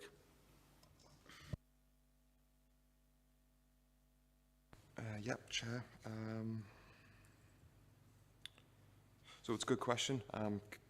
Clearly it's an issue which has been flagged by the public and by the Parish Council and the City Durham Trust. So I would direct members to condition 9, set out at the bottom of the officer report for the reserve matters application. So in respect of energy efficiency, we have received further information from the university, and on the basis of that, officers are confident that what's going on inside of the building is capable of connecting to a district heating network. We would just need a bit more information demonstrating how the building would connect to the edge of the site in terms of the district heating. But based on the wording of condition 9, officers are confident that we can secure that if and when the off-site district heating network does come forward. If that answers the question. Yeah. Thank you for that, Jonathan and Callum. Any further questions at this stage? No, we'll move straight into the debate then. Was yours a question, Kevin? Yes, Chair. Sorry, I missed that question. There you go. Councillor Kevin Shaw, Dordon Division. I'm just trying to get my head around what the original master plan's intention was in the creation of the 4,500 jobs on the strategic employment side. With this data centre being provided on the site, we're in a situation now where the county itself is probably looking at building a third headquarters because we lost the opportunity when the original one was being rebuilt, reconstructed and redeveloped, was sold on the university, so we're going to be looking at an alternative provision on the Akeley Head site. So how many of these original anticipated 4,500 jobs are now going to be deliverable? Yep, it's a good question, Chair. So to start with, just to reiterate, the applicant would not need planning permission to switch from an office building to a data centre. So in terms of Plot D, the comparative loss of jobs is considered to be acceptable because they can do it under permitted development anyways. In terms of what's happening with plots A and B on the wider Akeley Head site and also plot E, so my understanding is that I am the case officer for the rest of the Akeley Head site. As and when those applications come forward, we will consider them on their own merits. Officers will, of course, try to maximise job creation on plots A, B and E. But I can't say too much at the moment because we haven't got those applications before us yet, unfortunately. So is it, thanks, Chair. So is it still possible that these 4,500 jobs are going to be delivered on this site? Are we talking about a variation which is going to ensure that this doesn't happen? Potentially. I just don't know. So, yeah, the original outline consent did have an aspiration to secure a certain amount of jobs. The current proposal on Plot D would lead to a reduction in jobs, There could be scope for officers to try and make up for that across plots A, B and E, but I can't say too much at the minute because we haven't got those applications before us yet. We're expecting plots A, B and E to come forward in the future. Do you want to say anything? Chair, thank you. I'll just add to what Callum's advised the committee there. So I am aware from regular discussions with our regeneration team in corporate land and property that we are moving forward. I understand at a positive pace with the procurement work to move the Akeley Head site forward for employment uses. I think the figure that Councillor Shaw mentions, was the target figure based on the earlier planning application, which went through planning committee in 2021. Clearly that was a target figure, as with any target figure that's set through an outline planning application, whether it relates to employment uses and jobs, as is the case here, or an outline planning application for housing, as per the last application that Laura presented. There will in planning terms, in planning parlance, there will always be some flexibility within those figures. But I think personally, Chair, I think the salient point here is that we have a proposal that, whilst might not provide, if we were to pro-rata the Akeley Head site out, I think it's clear that it wouldn't pro-rata provide the amount of jobs that we're talking about in isolation in 2021. But certainly through the innovation, the transformation which we're seeing globally now towards the gig and the high-tech economy, and how we can bring wider innovation benefits, as Colin from the university and indeed Faith, the applicant's agent, set out before. I'm confident that it's entirely in accordance with the employment-led aspirations of the Akeley Head site that were set out both in the earlier planning, outline planning approval, and indeed in policy 3 of the local plan. Thank you, Stephen. A lot of big words in there. Any further questions? Would Laura, you want to have a word with Alan? Councillor Bell, sorry, I noted that you left the chamber while we were doing some of the questioning. Could you confirm whether or not you are satisfied that you've heard enough information and have enough information in front of you to be able to make a decision? Yes, I do. Thank you for that, Laura. Thanks for that, everyone. No more questions from members. We'll open it up to the debate. Who would like to go first? Craig. Hello, Councillor Craig Martin from North Lodge and Chelsea Street. I'll open by saying I actually, having listened to the levy discussion, I do actually agree with a lot of what Durham Trust have said in terms of their concerns. I say that because, to be fair, I never thought the 4,000 jobs were ever going to be delivered. I thought it was quite a spurious figure. It was always going to be difficult to deliver it. But the point of this development was always about having people in jobs in the centre of Durham, rather than units. I know that that we cannot sort of discuss the planning matter of the terms of it being a data centre because it's not a material planning matter, but it does concern me about the long-term strategic objectives of this site, in terms of the changing of the units and the fact that we've gone for office blocks to what is 15 jobs and 15 desk spaces.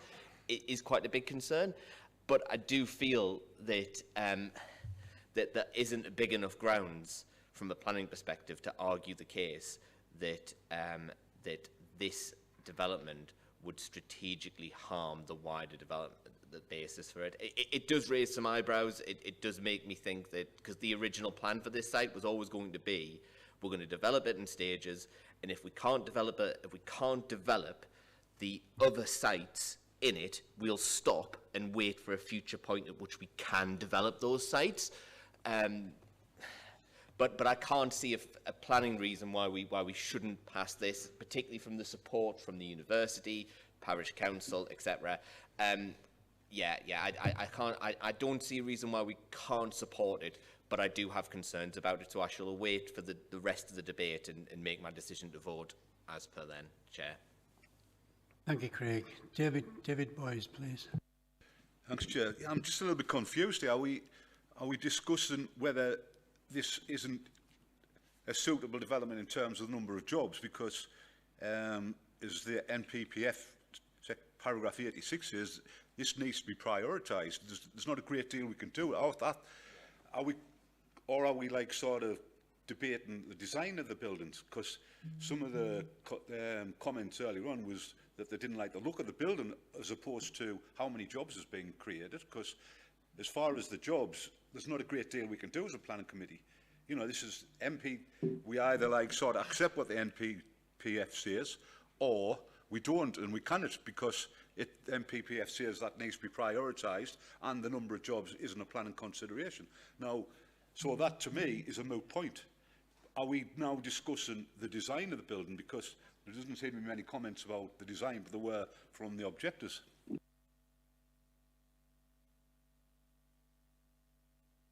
Does anybody want to come back on that or not? Yeah, Chair, I think it's a good point there from Councillor Boyce. I think, as Callum set out earlier, technically under the range of planning permissions that were approved on the original outline, then this type of development could have come forward without a further requirement for a change of use. But I think the broader point, and again, which Callum references in the report, and indeed the applicants have mentioned today, is that I think there is an acceptance, you know, from all parties who have considered this application, that, you know, it isn't just a dozen jobs on the site and no more. The type of activity, you know, the focus on the gig economy, innovation, I think it will be analogous with creating extra employment on the Akeley Head site. So I think in planning terms, I think it is in accordance with the allocation in the local plan to bring forward high quality employment uses on the Akeley Head site, but potentially not in the numbers envisaged a number of years ago directly in this plot. But in terms of its attractiveness to the site as a whole, I think there's a lot of, I think myself and Callum have received a lot of advice from economic development regeneration quarters that it will firmly hit that mark. Thank you, Stephen. Does that give you an answer of some description, David? It does, but just the design issues that were raised by the objectors earlier on, are we considering those, or is it just the development in the round? Just the application you've got before you, I would suggest. The answer is yes, yeah.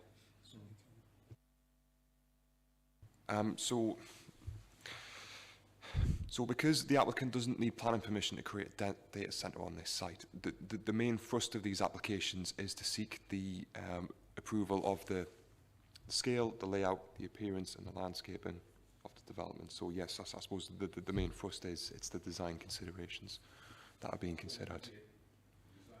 So you're able to debate that as well, yeah.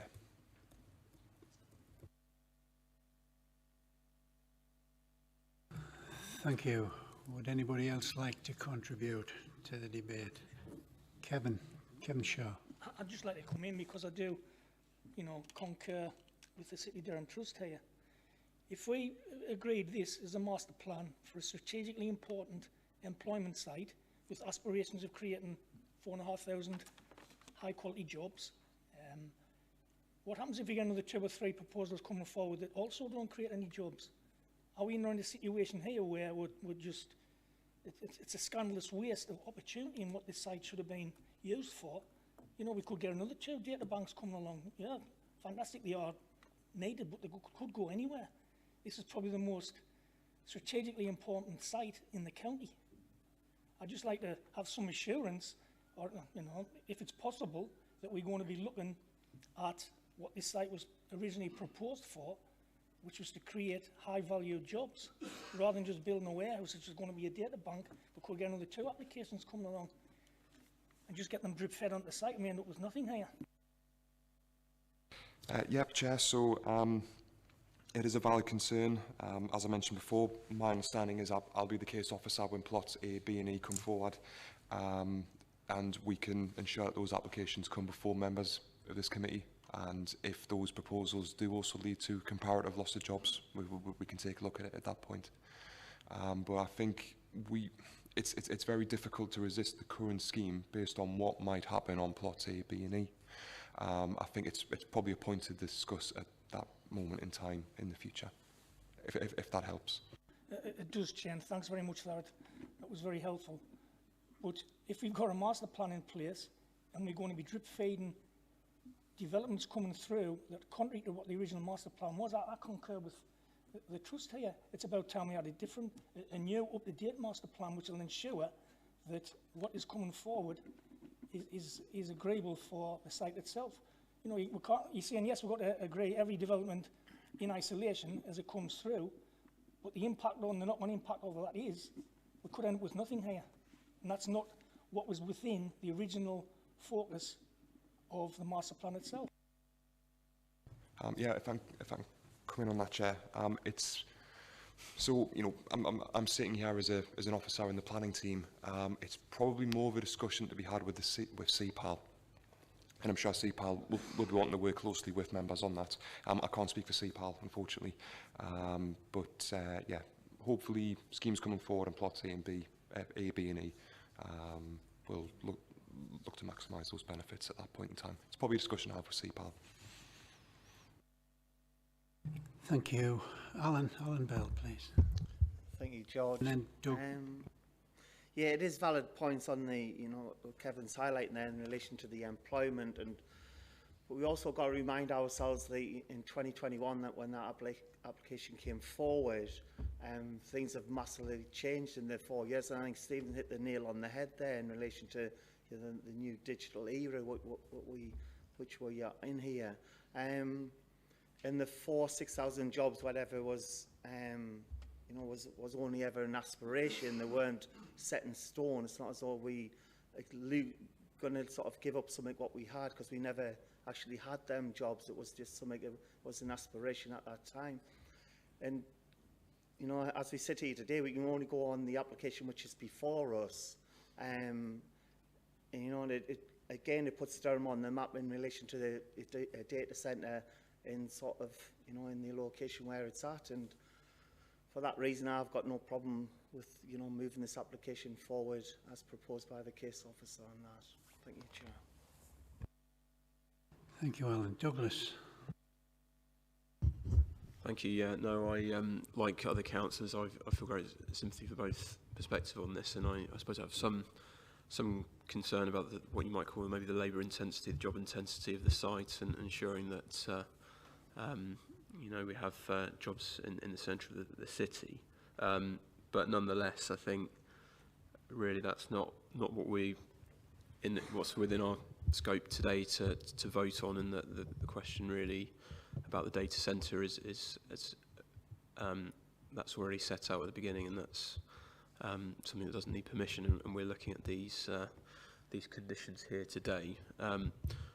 Nonetheless, I do have some optimism about the potential of the site in terms of the comments made by the university as well, and that the job creation and high value, high paid jobs within the university and the wider economy, they can be supported with the data centre. I mean, maybe questions about what other potential sites as well, but again, I don't think ultimately that's not really within our scope to discuss, and we're looking really at the conditions of the site and the comments made by Callum early on about the screening provided by the trees. He provided a lot of weight to that, and that's something I would something I value, and something which I think we need to apply weight to, and that overall visibility. It's not a perfect site, but as we know, form follows function to some extent, inevitably, whether we like it or not. So broadly, I'm comfortable with what we're able to vote on. I'm broadly optimistic about the big picture, but I don't think we get a vote on the data centre per se. We get a vote on the conditions. So I'm really happy to second Councillor Bell's approval on the first motion, and just I suppose a second question about whether we're having a separate vote on the second vote. We are having two votes. Any further comment, please? No? Well, I guess we can go... Can I just double check with the proposers? Yeah. So, Councillor Bell, you've proposed to accept officer recommendation, and it's been seconded by Councillor Oliver. Can I just double check, is that a proposal on both? Because we're going to be taking them Yes, separately, Laura, on both of them, if that was Can okay I to do at that stage. also raise that in relation to item 5C, it is with the additional officer updates of the removal of condition 7 and the retention of condition 8. Yes, Laura, as proposed by Callum. Okay, thank you. You were not in to accept that as well, Doug. Okay, we'll go to the vote then. On 5B, please. All those in favour, please show.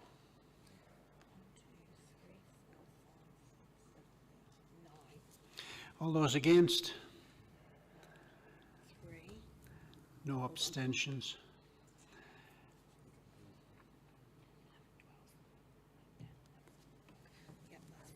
We'll move on to item 5C.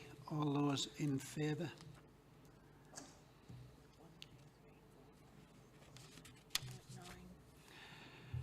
And all those against, please. So both of those have been approved. Both of those applications have been approved. Now we can either move on to, or we can have a comfort break. That seems to get the nod, yes. Okay. We'll have a comfort break just as quick as we can make it, please, because it's been a long morning for everyone. We've got visitors in as well.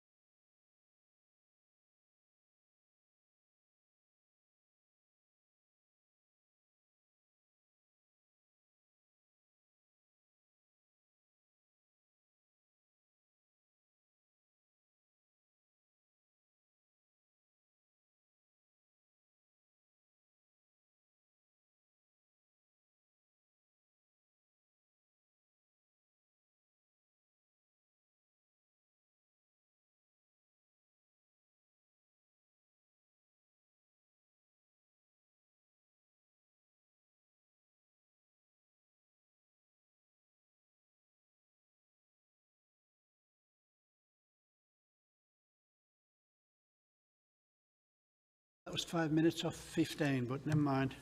Here we are. We move on to the next item, item 5D, and Callum is presenting again.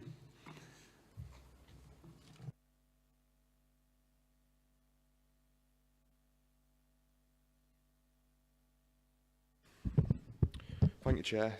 This next presentation will be shorter and hopefully more straightforward. So the next application on the agenda is for the installation of a ground-mounted solar farm with associated infrastructure, engineering works, access and landscaping on land to the west of Admiralty Way at Seaham.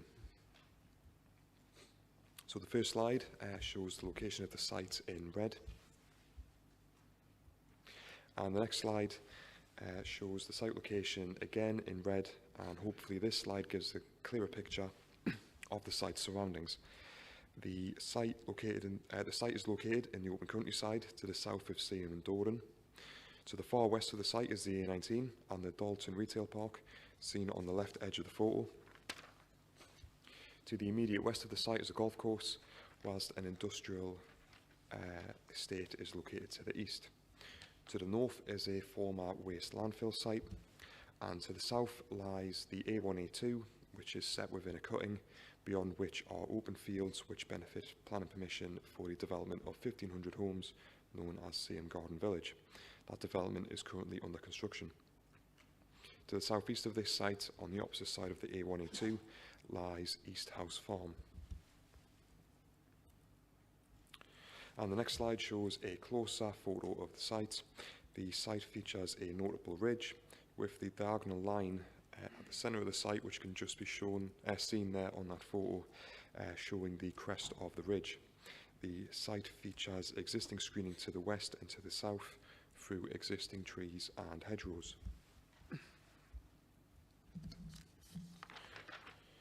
So just moving through the site photographs, Chair. This slide shows views of the site when approaching along the A1A2 from the southeast.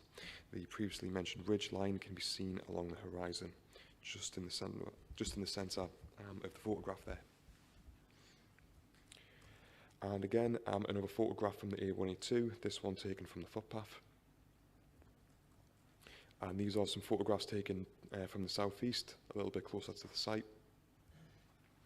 And these photos are taken from Admiralty Way to the east. And this is a photo of the A1A2 as it passes to the south of the site.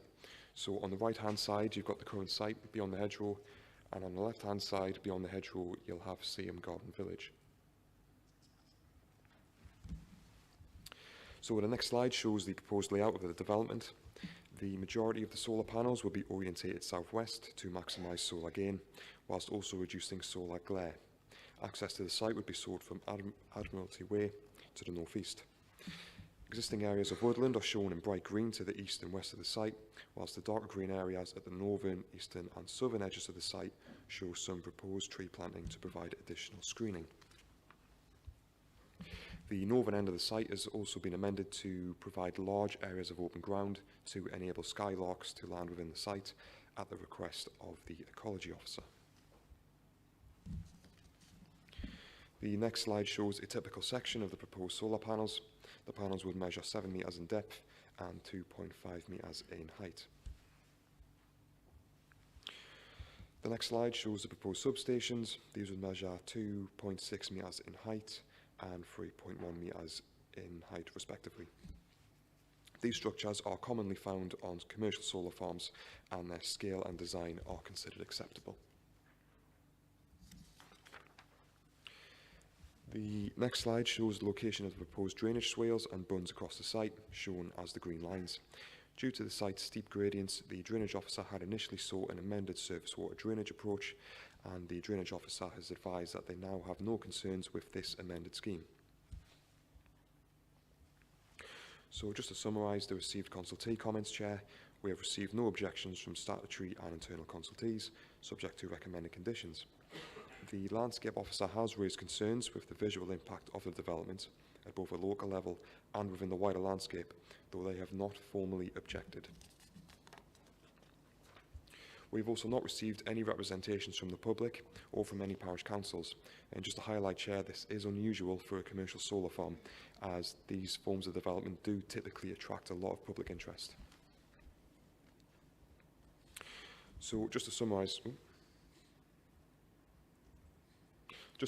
Chair, I'll just read from the screen again. At 12 hectares in area, this 8 megawatt solar farm is relatively small for a commercial solar farm. However, due to the steep gradients within the site, the proposal would be visually prominent at both a local level and within the wider landscape, leading to the landscape officer raising concerns which are set out in the officer report. Due to the harm identified as a result of the visual impact of the development at both a local level and within the wider landscape, it is considered that the proposal would conflict with Policy 39, with Policy 39 of the County Durham Plan and with Part 15 of the NPPF. This conflict would therefore need to be considered in the Balancing Act. As explained in the officer report, the proposal would deliver a number of public benefits, including but not limited to the generation of enough electricity to power approximately 3,169 homes. The proposal would also achieve a 192% biodiversity net gain on site. The applicant has also provided justification for developing this particular site as set out in the officer report. Officers are also mindful of the government's strong push to support solar farm development in order to achieve their goal of increasing solar power capacity fivefold between 2021 and 2035. This forms a key part of the government's goal of achieving the full decarbonisation of the UK's power system by 2035. Officers are also mindful of a number of appeal decisions, including those at Sheraton Hall Farm and at Merton here in County Durham, which granted consent for much larger solar farms, despite also identifying landscape concerns. So, due to the above considerations and the further smaller considerations which are set out in the officer report, on balance, it is considered that the identified harm is justified. Officers therefore recommend that members grant planning permission, subject to the relevant conditions, and completion of a legal agreement to secure a biodiversity net gain monitoring fee. Thank you, Chair. Thank you, Callum. Now we only have one speaker. Speaking in support of this is Lee Adams. You'll have 5 minutes, Lee, and Kirsty will let you know when you've got 1 minute remaining. Good morning, Chair. My name is Lee Adams, Chief Commercial Officer at Enviromina. Thank you for allowing me to speak today in support of our solar scheme at the Foxcover Industrial Estate in Seaham. Enviromina is more than just a developer. We develop, build, own and operate our projects for the full term, ensuring that all planning and social obligations are met via our in-house teams of asset managers and ecological consultants, and also allowing us to monitor local resource construction and jobs where appropriate. Pleased to confirm that we work closely with local stakeholders, landlord and the council planners at the site. The site was chosen because of its scale and access to the Northern Power grid, where demand for green energy infrastructure exists. We work closely with the new Starbucks Eco Drive-through development and the new EV charging hub that is currently in construction to the south of the site, ensuring they complement each other. Pleased to confirm that members that, whilst the Seaham Town Council noted that they did not respond, we've had a number of conversations and meetings with the Town Council allocating some community benefits, including a fully funded solar system to the Dord Sports Pavilion to be installed in the future. And with our existing partnership with local charity Red Sky Foundation, we are supporting additional defibrillators to be installed in the Seaham area. As you're no doubt aware, there is urgent need for renewable projects in the UK. The government has identified in its national energy security policy that over 70 gigawatt is required. The Foxcover solar scheme, whilst modest in scale, will make a notable contribution to the target, powering approximately 3,100 homes and saving over 1,700 tonnes of carbon. We have worked proactively with officers to minimise the few impacts identified, and consequently we have support from the LLFA, the Highways, Environmental Health, Heritage and Ecology officers. We wholly agree with the case officer's conclusions that the significant social, environmental and economic benefits arising from the scheme can outweigh the very, very limited localised change to the immediate landscape, especially mindful of the temporary and reversible nature of the solar development. Significant additional landscape, as noted by your officer, has been provided and proposed on the site.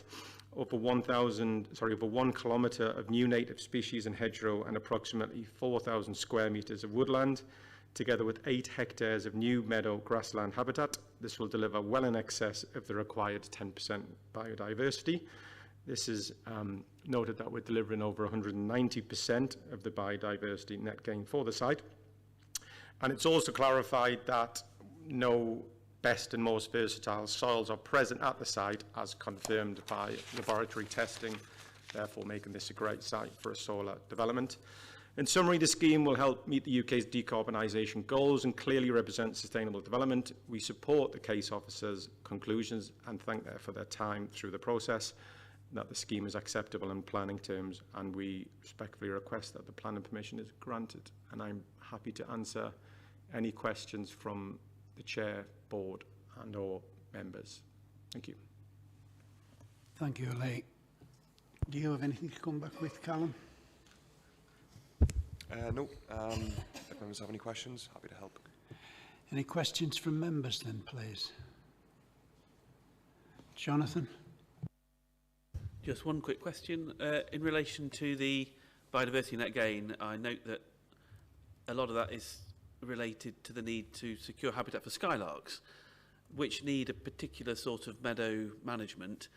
Has that, the management that they will need in the future, been factored into the condition that you're talking about, the specific type of management?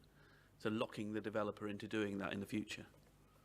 Yeah, so the skylarks were flagged during the application process, and the ecology officer had asked the applicant to change their layout.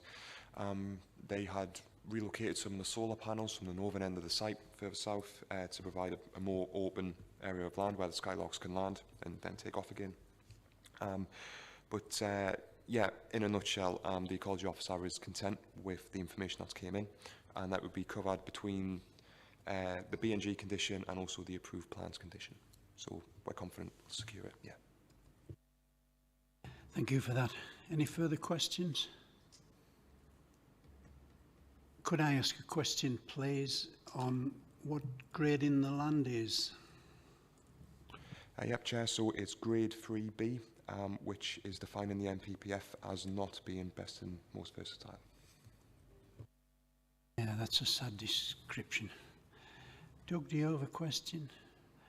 Sorry, yes, sorry if I missed this in the earlier discussion. I was just wondering if there's any community benefit funding allocation that's been agreed on this site, and just to cover that. That's a big issue in a much bigger application in my ward.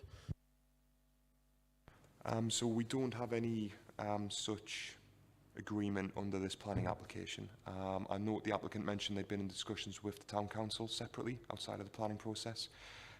We don't feel it's necessary to outweigh the harm for this particular application. I suppose each application on its own merits. Kevin. Thanks, Chair. It would be remiss of me if I didn't inform the committee that I am the local member for this ward, and I do sit on the Town Council. I'm aware that the conversations are being had with the developer and the Town Council itself. I've never expressed an opinion or had any input into the conversations that's been had. From a personal perspective, as the elected member, I think it's a development that's in the right place. I'll be speaking within the debate, but just let the members know that. Thank you very much for that, Kevin. Any further questions at this point? No, can we move into the debate then, please?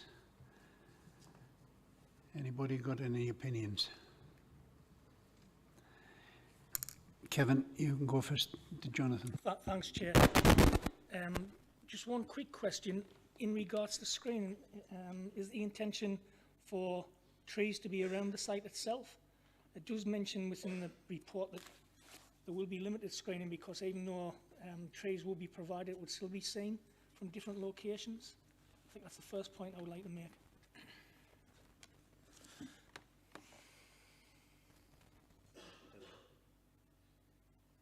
Yep, Chair. So the drawing on the screen now There are some dark green areas along the southern edge, the northwestern edge, and there's a little pocket on the eastern edge as well, shows indicated proposed tree planting. So the application is relying on the existing tree planting to the west, which is shown in a lighter green. In terms of the land further east, so in terms of screening, it's been a bit trickier with this site because of the site gradients. So ideally, sites for solar farms are relatively flat, and you can do a ring of trees around it and totally visually screen it. But because of the gradients, even if we do an extensive tree planting along the eastern boundary, it's not likely to entirely screen it, just because of the land levels. So the dark green areas shown on this drawing show where the proposed planting is. Combined with the existing screening, we feel that the harm would not be unacceptable in the Balancing Act. Thank you. Supplementary, Kevin? It's not a question, just obviously by the very nature of these proposed developments, they do stir up a lot of public interest. There's been absolutely none within the community in which I represent. The Town Council themselves never raised any issues around it. I think specifically in regards to it being on a site that is acceptable. It's on the edge of an industrial estate. There's a future development going to be provided there, which this will feed into. And also we've got the Garden Village just across the road. So this area itself lends itself to this type of development, and I would be supporting the officer's recommendation to approve this. Thank you, Kevin. Just a question for my own interest to yourself. How far is this one from the Merton development? It's probably just over a mile, I would think, Chair. Yeah. Up the Link Road, around the traffic lights, back into Merton. Just over a mile. That is a lot of solar panels in one area. Jonathan? Thank you, Chair. I mean, I would just want to make a couple of points on the landscape impact associated with this application. That is a temporary impact. These are removable structures in the end. And I'd also want to make the point that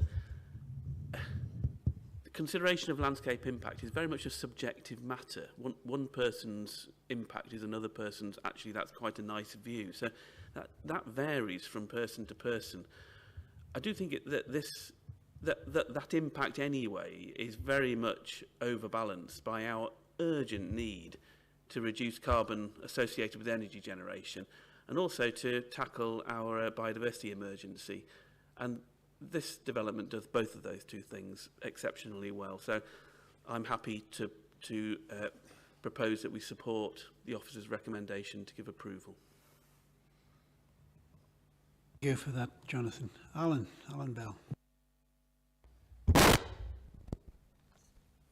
you, Chair. Yeah, just on, and Kevin mentions there in relation to objections, and some of these solar farms come in, you know, they do have a lot of objections. I know the one in Doug's area brought a lot of objection. I think as a whole, what the residents of County Durham don't see is the amount what's coming forward. I think, you know, as a whole, like with sort of month in, month out, we're now sort of getting these schemes coming forward. And then you question the amount of sort of arable land, what we're losing. And I respect what Jonathan says, the only temporary permission, but like, these are range between 30 and 40 years, which is quite a long temporary period, if you want to put it that way. And I think it's maybe not for this committee, but going forward in the, you know, when we look at the Durham plan, when it's reviewed next year or this year, it's maybe a discussion that needs to be had in relation to how do we deal as a authority on the amount what's coming forward of these schemes. Thank you, Chair. Apart from that, I mean the scheme, I think the policy, government policy, it's hard, probably a difficult one to object other than on the landscape harm, which obviously the officer hasn't objected, but they have raised concern about the harm which it gives off. Thank you. Before Doug and then Kevin, I'm going to bring Stephen in just to explain a bit further, please. Yeah, thank you, Chair. So I think it's a fair point that Councillor Bell raises there. You know, I know we've got a lot of schemes in pre-application discussions as well. And members might recall a good number of years ago when we had a number of wind turbine proposals in and around the county. We actually commissioned some policy work to look at areas of constraint and also, parts of the county which we thought had probably reached capacity, and other parts of the county where there was further opportunities for wind growth. And I do think it's something that we will need to pick up as part of the local plan. I think, as a number of members have already referenced, government policy in the NPPF is very, very supportive of this type of development for the benefits that Councillor Elmer has set out. You know, they are an important part of fighting the low carbon economy, if you like. But yeah, I think it's part of future policy development in the area, Chair. I can imagine it is something which we'll have to give careful consideration to when you do look at the number of schemes that we've already consented and those which are coming through in the pipeline at present. Thank you for that, Stephen. Douglas, it's over to you. Yeah, I've picked up a bit of experience of solar farms because of the various applications, in my ward, particularly the one at Burnhope, and I feel I can see both sides in terms of the benefits and disadvantages of solar farms in general. And whilst I know Jonathan mentioned that visual impact is subjective, I think the sort of combination of metal and glass on a green space, I think overwhelmingly that's not well received, and that is an impact. But I see that's been picked up by officers. But I think, as others have said, it's a cost-benefit analysis that we planning balance that we all have to make with every application. And I'm pretty happy with this application, and just a couple of points of making that this proposal is much smaller than the one I'm familiar with in Burnhope. It's about 1/8 of the size, and it's looking at the location on the map. It's not a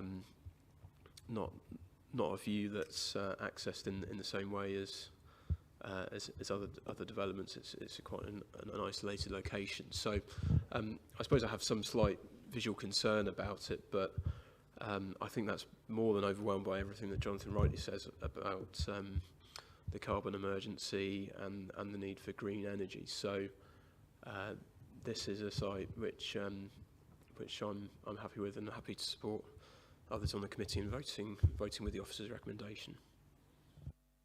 Thank you, Doug. Kevin. It was just a general point, Chair. I mean, this development itself, it's probably within 100 yards of where the former Dordon Colliery was. And we had 100 years of extracting coal, which had a huge impact on the environment, with all of the spoil being tipped on the beaches and the slurry being put into the sea. I would far rather say these developments come forward and think back to where we previously were. And the one itself at Merton, that's probably within half a mile of the Merton Colliery itself. Same had 3 collieries. You know, it was a horrendous environment to grow up in as a kid. And you think what the benefits of these are, and the impact on the environment, it's negligible. And in, 30, 40 years, this can be converted back to its previous usage or future usage. Thank you. Does anyone else wish to contribute? Well, in that case, I've got a mover. I've got it down that Councillor Shaw proposed it. Did you propose it, Kevin? Yeah, he did. Oh, well, in that case, And then it would have been seconded. you were second, Jonathan. As long as we've got that clear.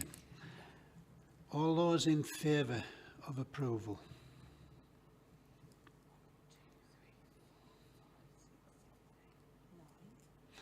All those against? And no abstentions. Thank you for that. That's approved then. 9-2. So we'll move on to finally the last item on today's, and it's Steve France that's got it.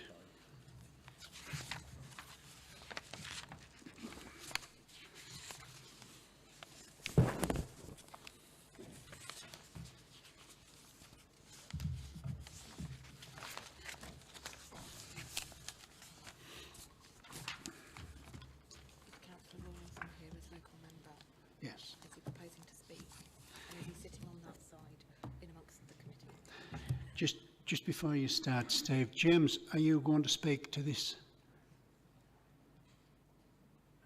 Yes, please, Chair. Well, Laura wants you to come and sit at this other side then, please. Just because you're not part of the committee. I'll just point out to members that it is also in my ward, but James is going to speak on my behalf as well. You've left that mic on.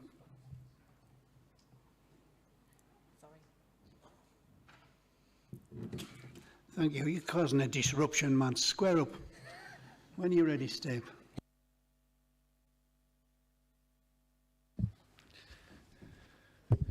Thank you, Chair.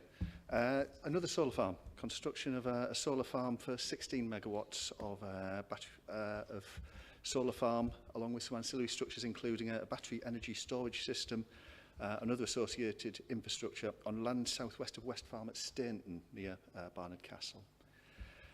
The application site, as you can see from the two maps in front of you there, just north-east of Barnard Castle, just north of the A688.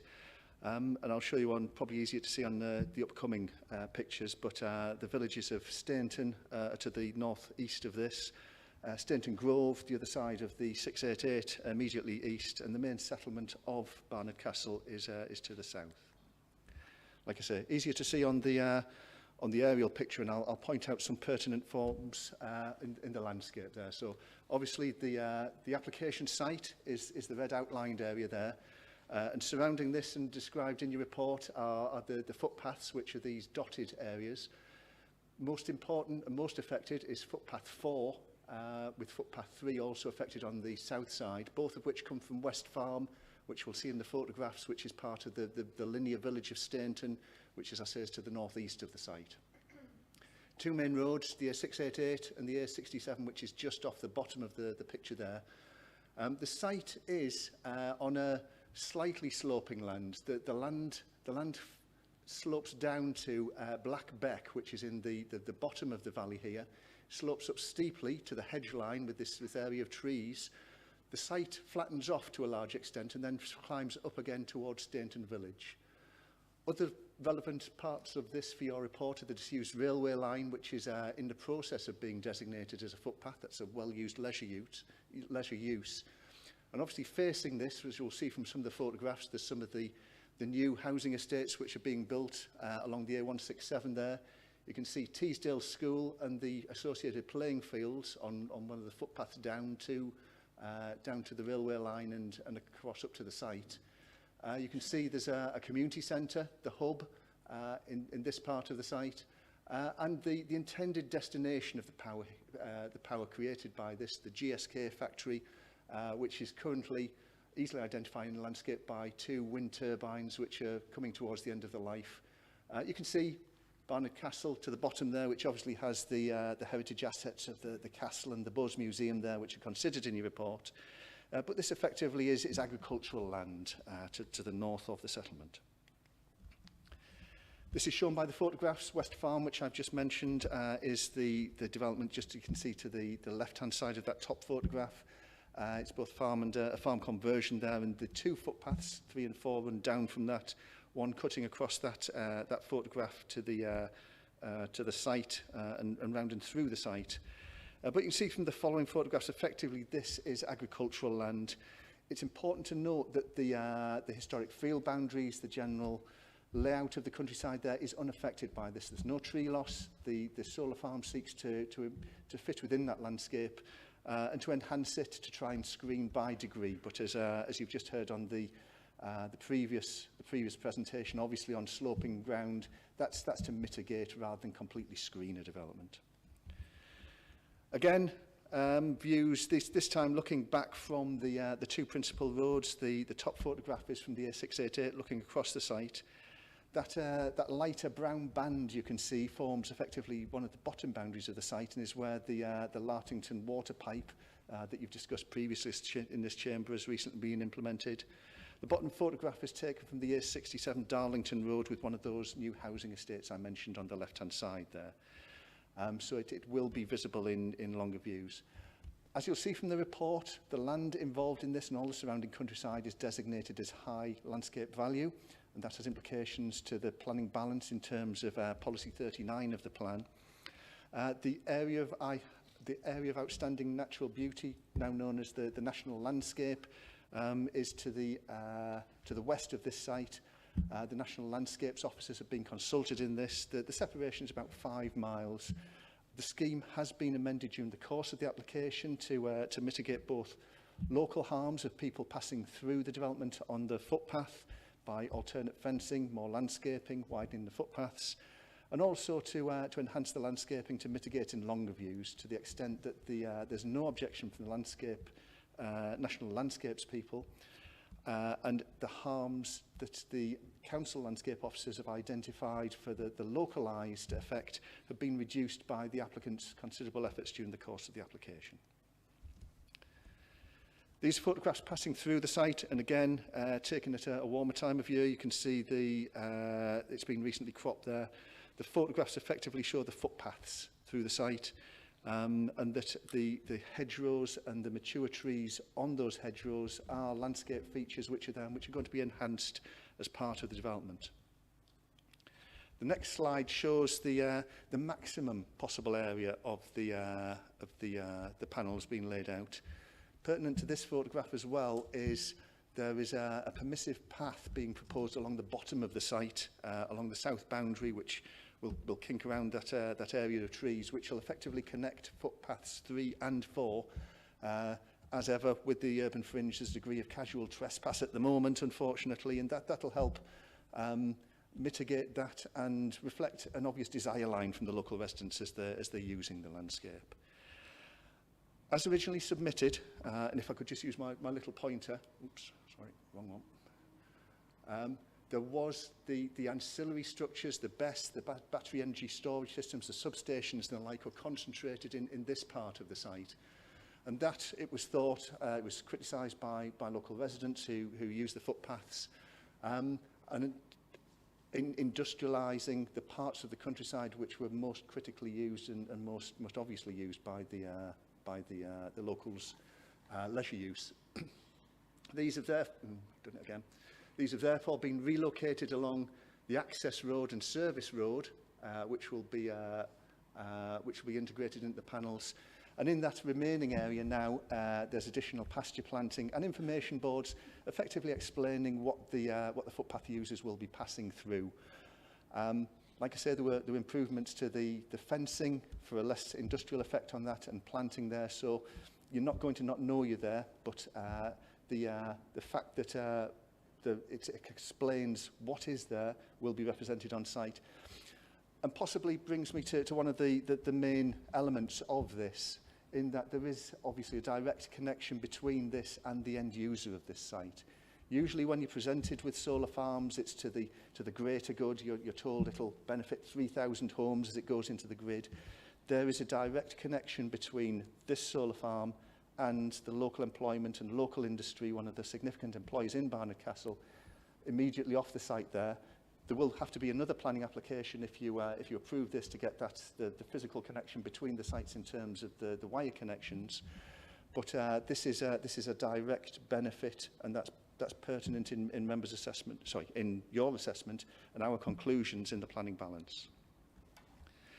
These are generally generic photos. They're obviously very similar to what you've seen on the previous applications in terms of the appearance of the battery energy storage system and substations, and also the solar panels there. The solar panels will track to a degree the transit of the sun to improve their efficiency. And you can see in the bottom there, there's an aerial image of what it could possibly look like from a passing aeroplane. You've got a very, very long report in front of you, and I'm not going to go through it in detail. You'll be relieved to hear after a long morning, but I'll just give you the basic framework in terms of the statutory consultees effectively have no objection to this. Some of them require conditions to secure that position. The only statutory consultee who didn't respond was the fire brigade. Battery energy storage systems are a concern in some areas, and we've looked at the fire regulations, and there's a detailed assessment of this in your report. It effectively comes down to the separation between the units and the access to water to make sure they're safe, particularly when close to residential homes. Obviously, there's a fair distance to the nearest sensitive receptor or residential properties in this area. For the internal consultees, again, the majority were satisfied with this, either offering no objection or suggesting conditions to secure that position. Again, landscape officers have worked hard through this, making suggestions as to how to improve that, and that's reflected in the amended scheme. There is always going to be some landscape harm through these things because they're large and they're going to be visible in the countryside. The mechanisms used to mitigate that have been acknowledged as improvements by landscape officers. However, there's still obviously a harm. This is an area of high landscape value, and you will be able to see this by degree. Maybe a bit like the wind turbines my colleague mentioned before. Once upon a time, those were novelties, and people were surprised by the presence of these in the countryside. Unfortunately, these, well, maybe not unfortunately, these types of developments are going to be a necessity if we don't want the power generated by the old-fashioned methods, the dirty methods from the past. This is one of the things we're going to have to get used to. Is there is a national and a local demand from the requirements placed on us by the MPPF and the local climate emergency for these types of green energy and clean energy. The visual implication is an implication of that. From external consultees, the police authority suggested some matters for improved security, which we've taken on board. And Business Durham obviously support this for the effect on GSK and the local labour market, the guarantees that this will bring the improvements. Public representation. Obviously, there's not a lot of properties immediately adjacent to this, but there are a lot facing it on those views we saw from the other side. So we did an extensive consultation exercise, including 773 direct letters, and we've received 15 objections and 22 letters of support. The 15 is one different to that in your report. We've received an additional supplementary objection from one of the residents who's previously concerned, who's noted some announcements of some recent job losses at GSK. And there was some correspondence objecting to some of the letters of support coming from some distance, although the people in GSK will not all live in Barnard Castle, although it is very much a local employer, and that is absolutely valued by the County Council. The objectors ask whether this is an appropriate location, led by the CPRE, the Countryside Trust. It is noted both by them and by some of the other objectors that part of the site, effectively the northern part of the site, is best and most versatile land. 31% of the site is grade 3A. The majority of the rest of it is 3B, with a little bit of 4 in some parts of it. So this is one of the considerations in the planning balance, effectively and simplistically put the balance between food security and energy security, which is for your consideration here today. Again, there's a detailed list in the report of the objections and supporters. The supporters are very much, you know, the local economy and what this brings.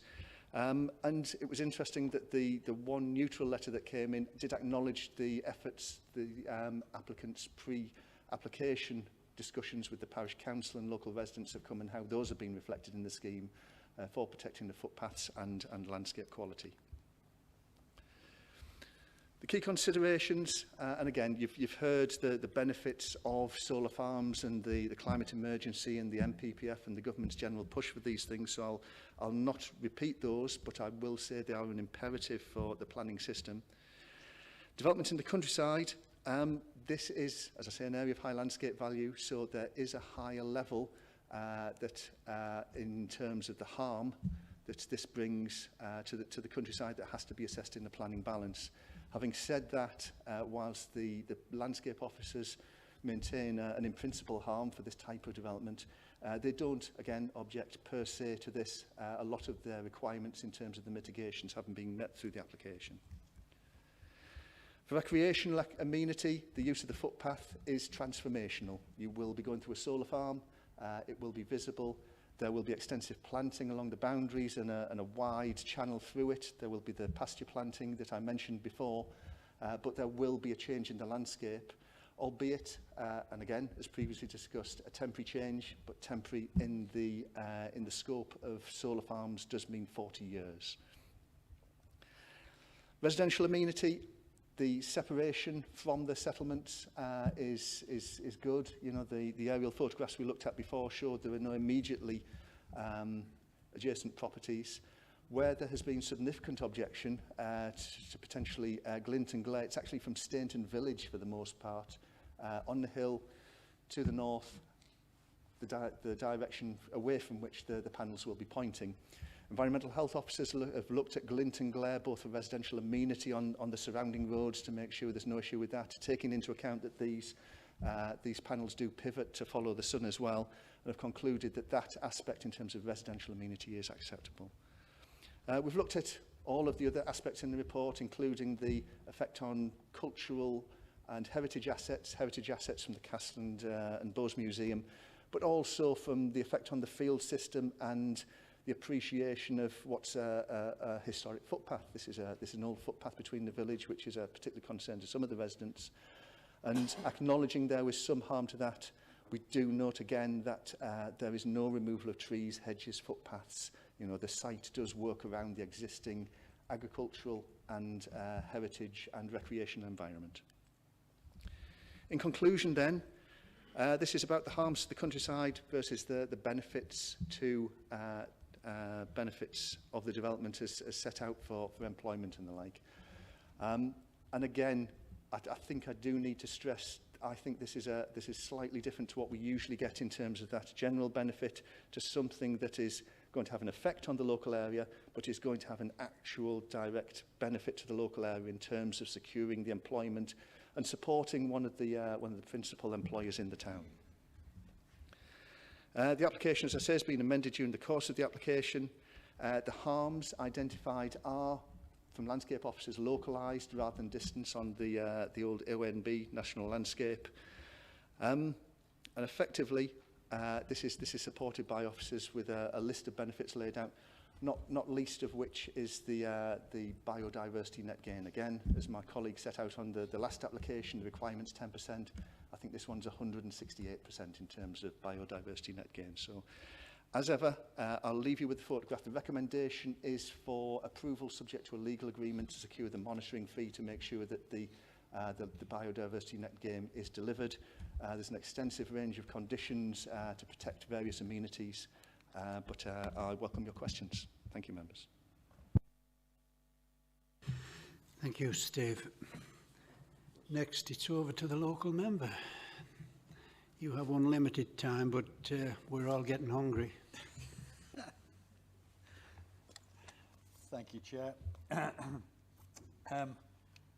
Thanks, Stephen, for the presentation. I'm here today with two hats on. I'm the chair of the Parish Council, Stainton and Streatham. The Parish Council held a meeting to gauge opinion of the residents of Stainton Village and Stainton Grove. Nearly 100 people attended the meeting, and the applicant was there as well to answer any questions. The large proportion of comments were in favour of the solar farm. The objectors were those that would be directly affected by the development, which at the end of the village, where they look over onto that the top side of the development. And it was suggested in the meeting that further planting of mature trees and would possibly mitigate the detriment to the view of these properties. And the developer was, keen to suggest that could be done. It was commented that the £15,000 for the community per year was a meagre amount, knowing how much it costs to do things these days. And the developer suggested this could be negotiated, and I would imagine it could be negotiated to double that. But up to press, we haven't heard anything from them as a parish council. As a county councillor, I'm in favour of the development. Anything which helps one of our, well, it is the biggest employer in the area, to mitigate keeping jobs and securing the future of one of the, the largest plant we have in Barnard Castle, into the future would be very good. Thank you, Chair. Thank you, James. Well done. Now, from the supporters, we've got no objectors. From the supporters, we've got Sarah Lapsey from Farm Energy. You've got 5 minutes, and Kirsty will let you know when you've got 1 minute remaining. But we've also got from GSK, Andreas Kyriakou, who will be available for questions. So when you're ready, over to you, Sarah. Good morning, Chair and Councillors, and thank you for the opportunity to highlight the benefits of the proposed solar scheme to you. I'm Sarah Lapsley from Farm Energy, who are a UK-based renewable energy business working with GSK to help them secure a long-term, local green energy supply for their Barnard Castle site. This is a key factory for producing medicines and supporting new products, including treatments for some of the most common and debilitating diseases, such as asthma, HIV, lupus, and nasal allergies. Energy is one of the major site costs, and this project will meet around 52% of GSK's annual electricity demand. We have listened to your residents and amended the proposals accordingly. The existing footpaths are to be protected, with a new path incorporated to the southern edge to improve access to and across the site, as well as linking the current footpath network. Landscape views will be protected as far as possible, including by designing the solar farm sensitively and planting on the boundaries to screen views and enhance green corridors. The application offers many benefits for the community and environment alike, such as by providing an 80% real carbon reduction in emissions. The application will help Durham County Council to reach its net zero target by 2030. We are reducing the reliance on fossil fuels and supporting energy costs at one of the largest employers in the area. A new community benefit fund will be run for the benefit of neighbouring villages. Enhancement of green spaces and biodiversity net gain of 73% uplift for habitats will be included on the site. New border planting that includes new native trees, hedgerows, alongside the retention of existing trees and hedgerows. Over 1 mile of new hedgerows will be planted. Areas under the solar panels will be used for biodiversity enhancements. We're also supporting agriculture, as 95% of the site will continue to be farmed with sheep grazing. It also supports farm diversification in line with the exceptions outlined in Local Policy 10. The current soil classification will be enhanced through a planning condition. In conclusion, we have worked extensively with your planning department and would urge you to follow the officer's recommendations to grant this application that aims not only to be an example of how local energy production, biodiversity and farming can be integrated, but that also helps support an employer at the heart of Barnard Castle and County Durham. Thank you for your time, and we welcome any questions that you might have. Thank you, Sarah. Well done. Do you have anything you want to come back with on that, Steve? Thank you. Questions from members? Alan, you've got a question. Yeah, thank you, Chair. It's just for clarification on, because there's a few things getting mentioned in here. I just want to try to just pull the application apart. So the application is from Farm Energy Company, but then we get mentioned with GSK in sort of the job situation. And then I'm guessing the land ownership, who's the land ownership lie with? It's just sort of, just trying to pull it apart as regarding how the application, because obviously it's not GSK's application, so I'm just trying to see how all this works. Because at the end of the day, the application is about the reuse of the land and landscape harm, but we're getting caught up in the jobs and the land ownership and everything else. So just to try to get clarification on this. Thank you, Councillor Bell. I'm sure Sarah will correct me if I get this wrong, but the land will remain owned by the local farmer. The Farm Energy Company are the applicants for this, but as you'll see from the conditions list, this is wholly and directly aimed at GSK, and the energy here will only be used for them. If there's an over-provision, the energy used will be what's called sleeved to another GSK factory, but effectively this will not go into the national grid. This is a Farm Energy Company applying to supply energy to GSK, and because that is such a high level part of our planning balance, that's why it's conditioned that any energy that comes from this shall only go to GSK. Happy with that, Alan?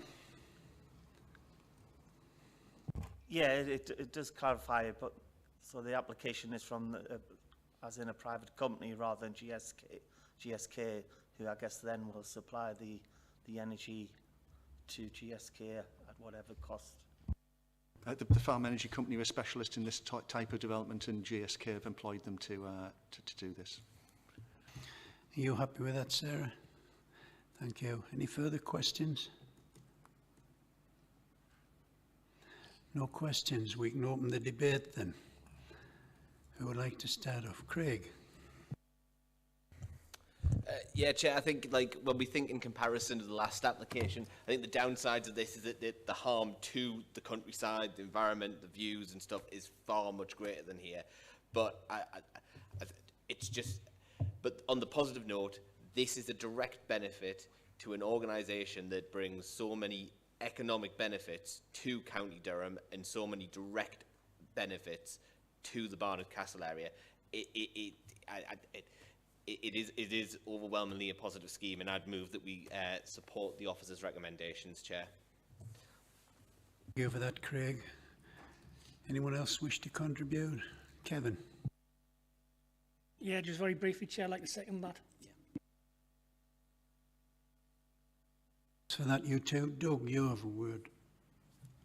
I was going to say something quite similar, but yeah, just very different context, kind of the kind of solar farm that I've experienced in my own ward. Also, it's more generous.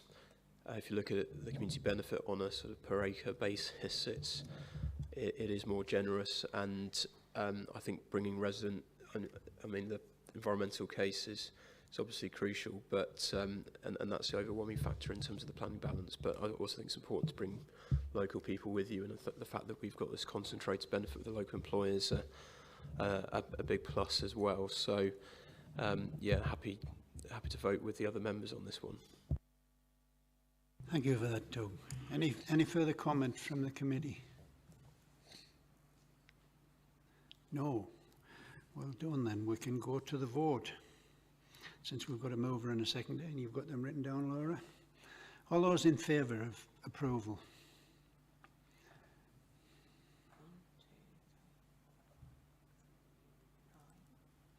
All those against? That's 9 to 2, and that's approved. And that ends today's meeting. It's been a long one. Thank you for your participation.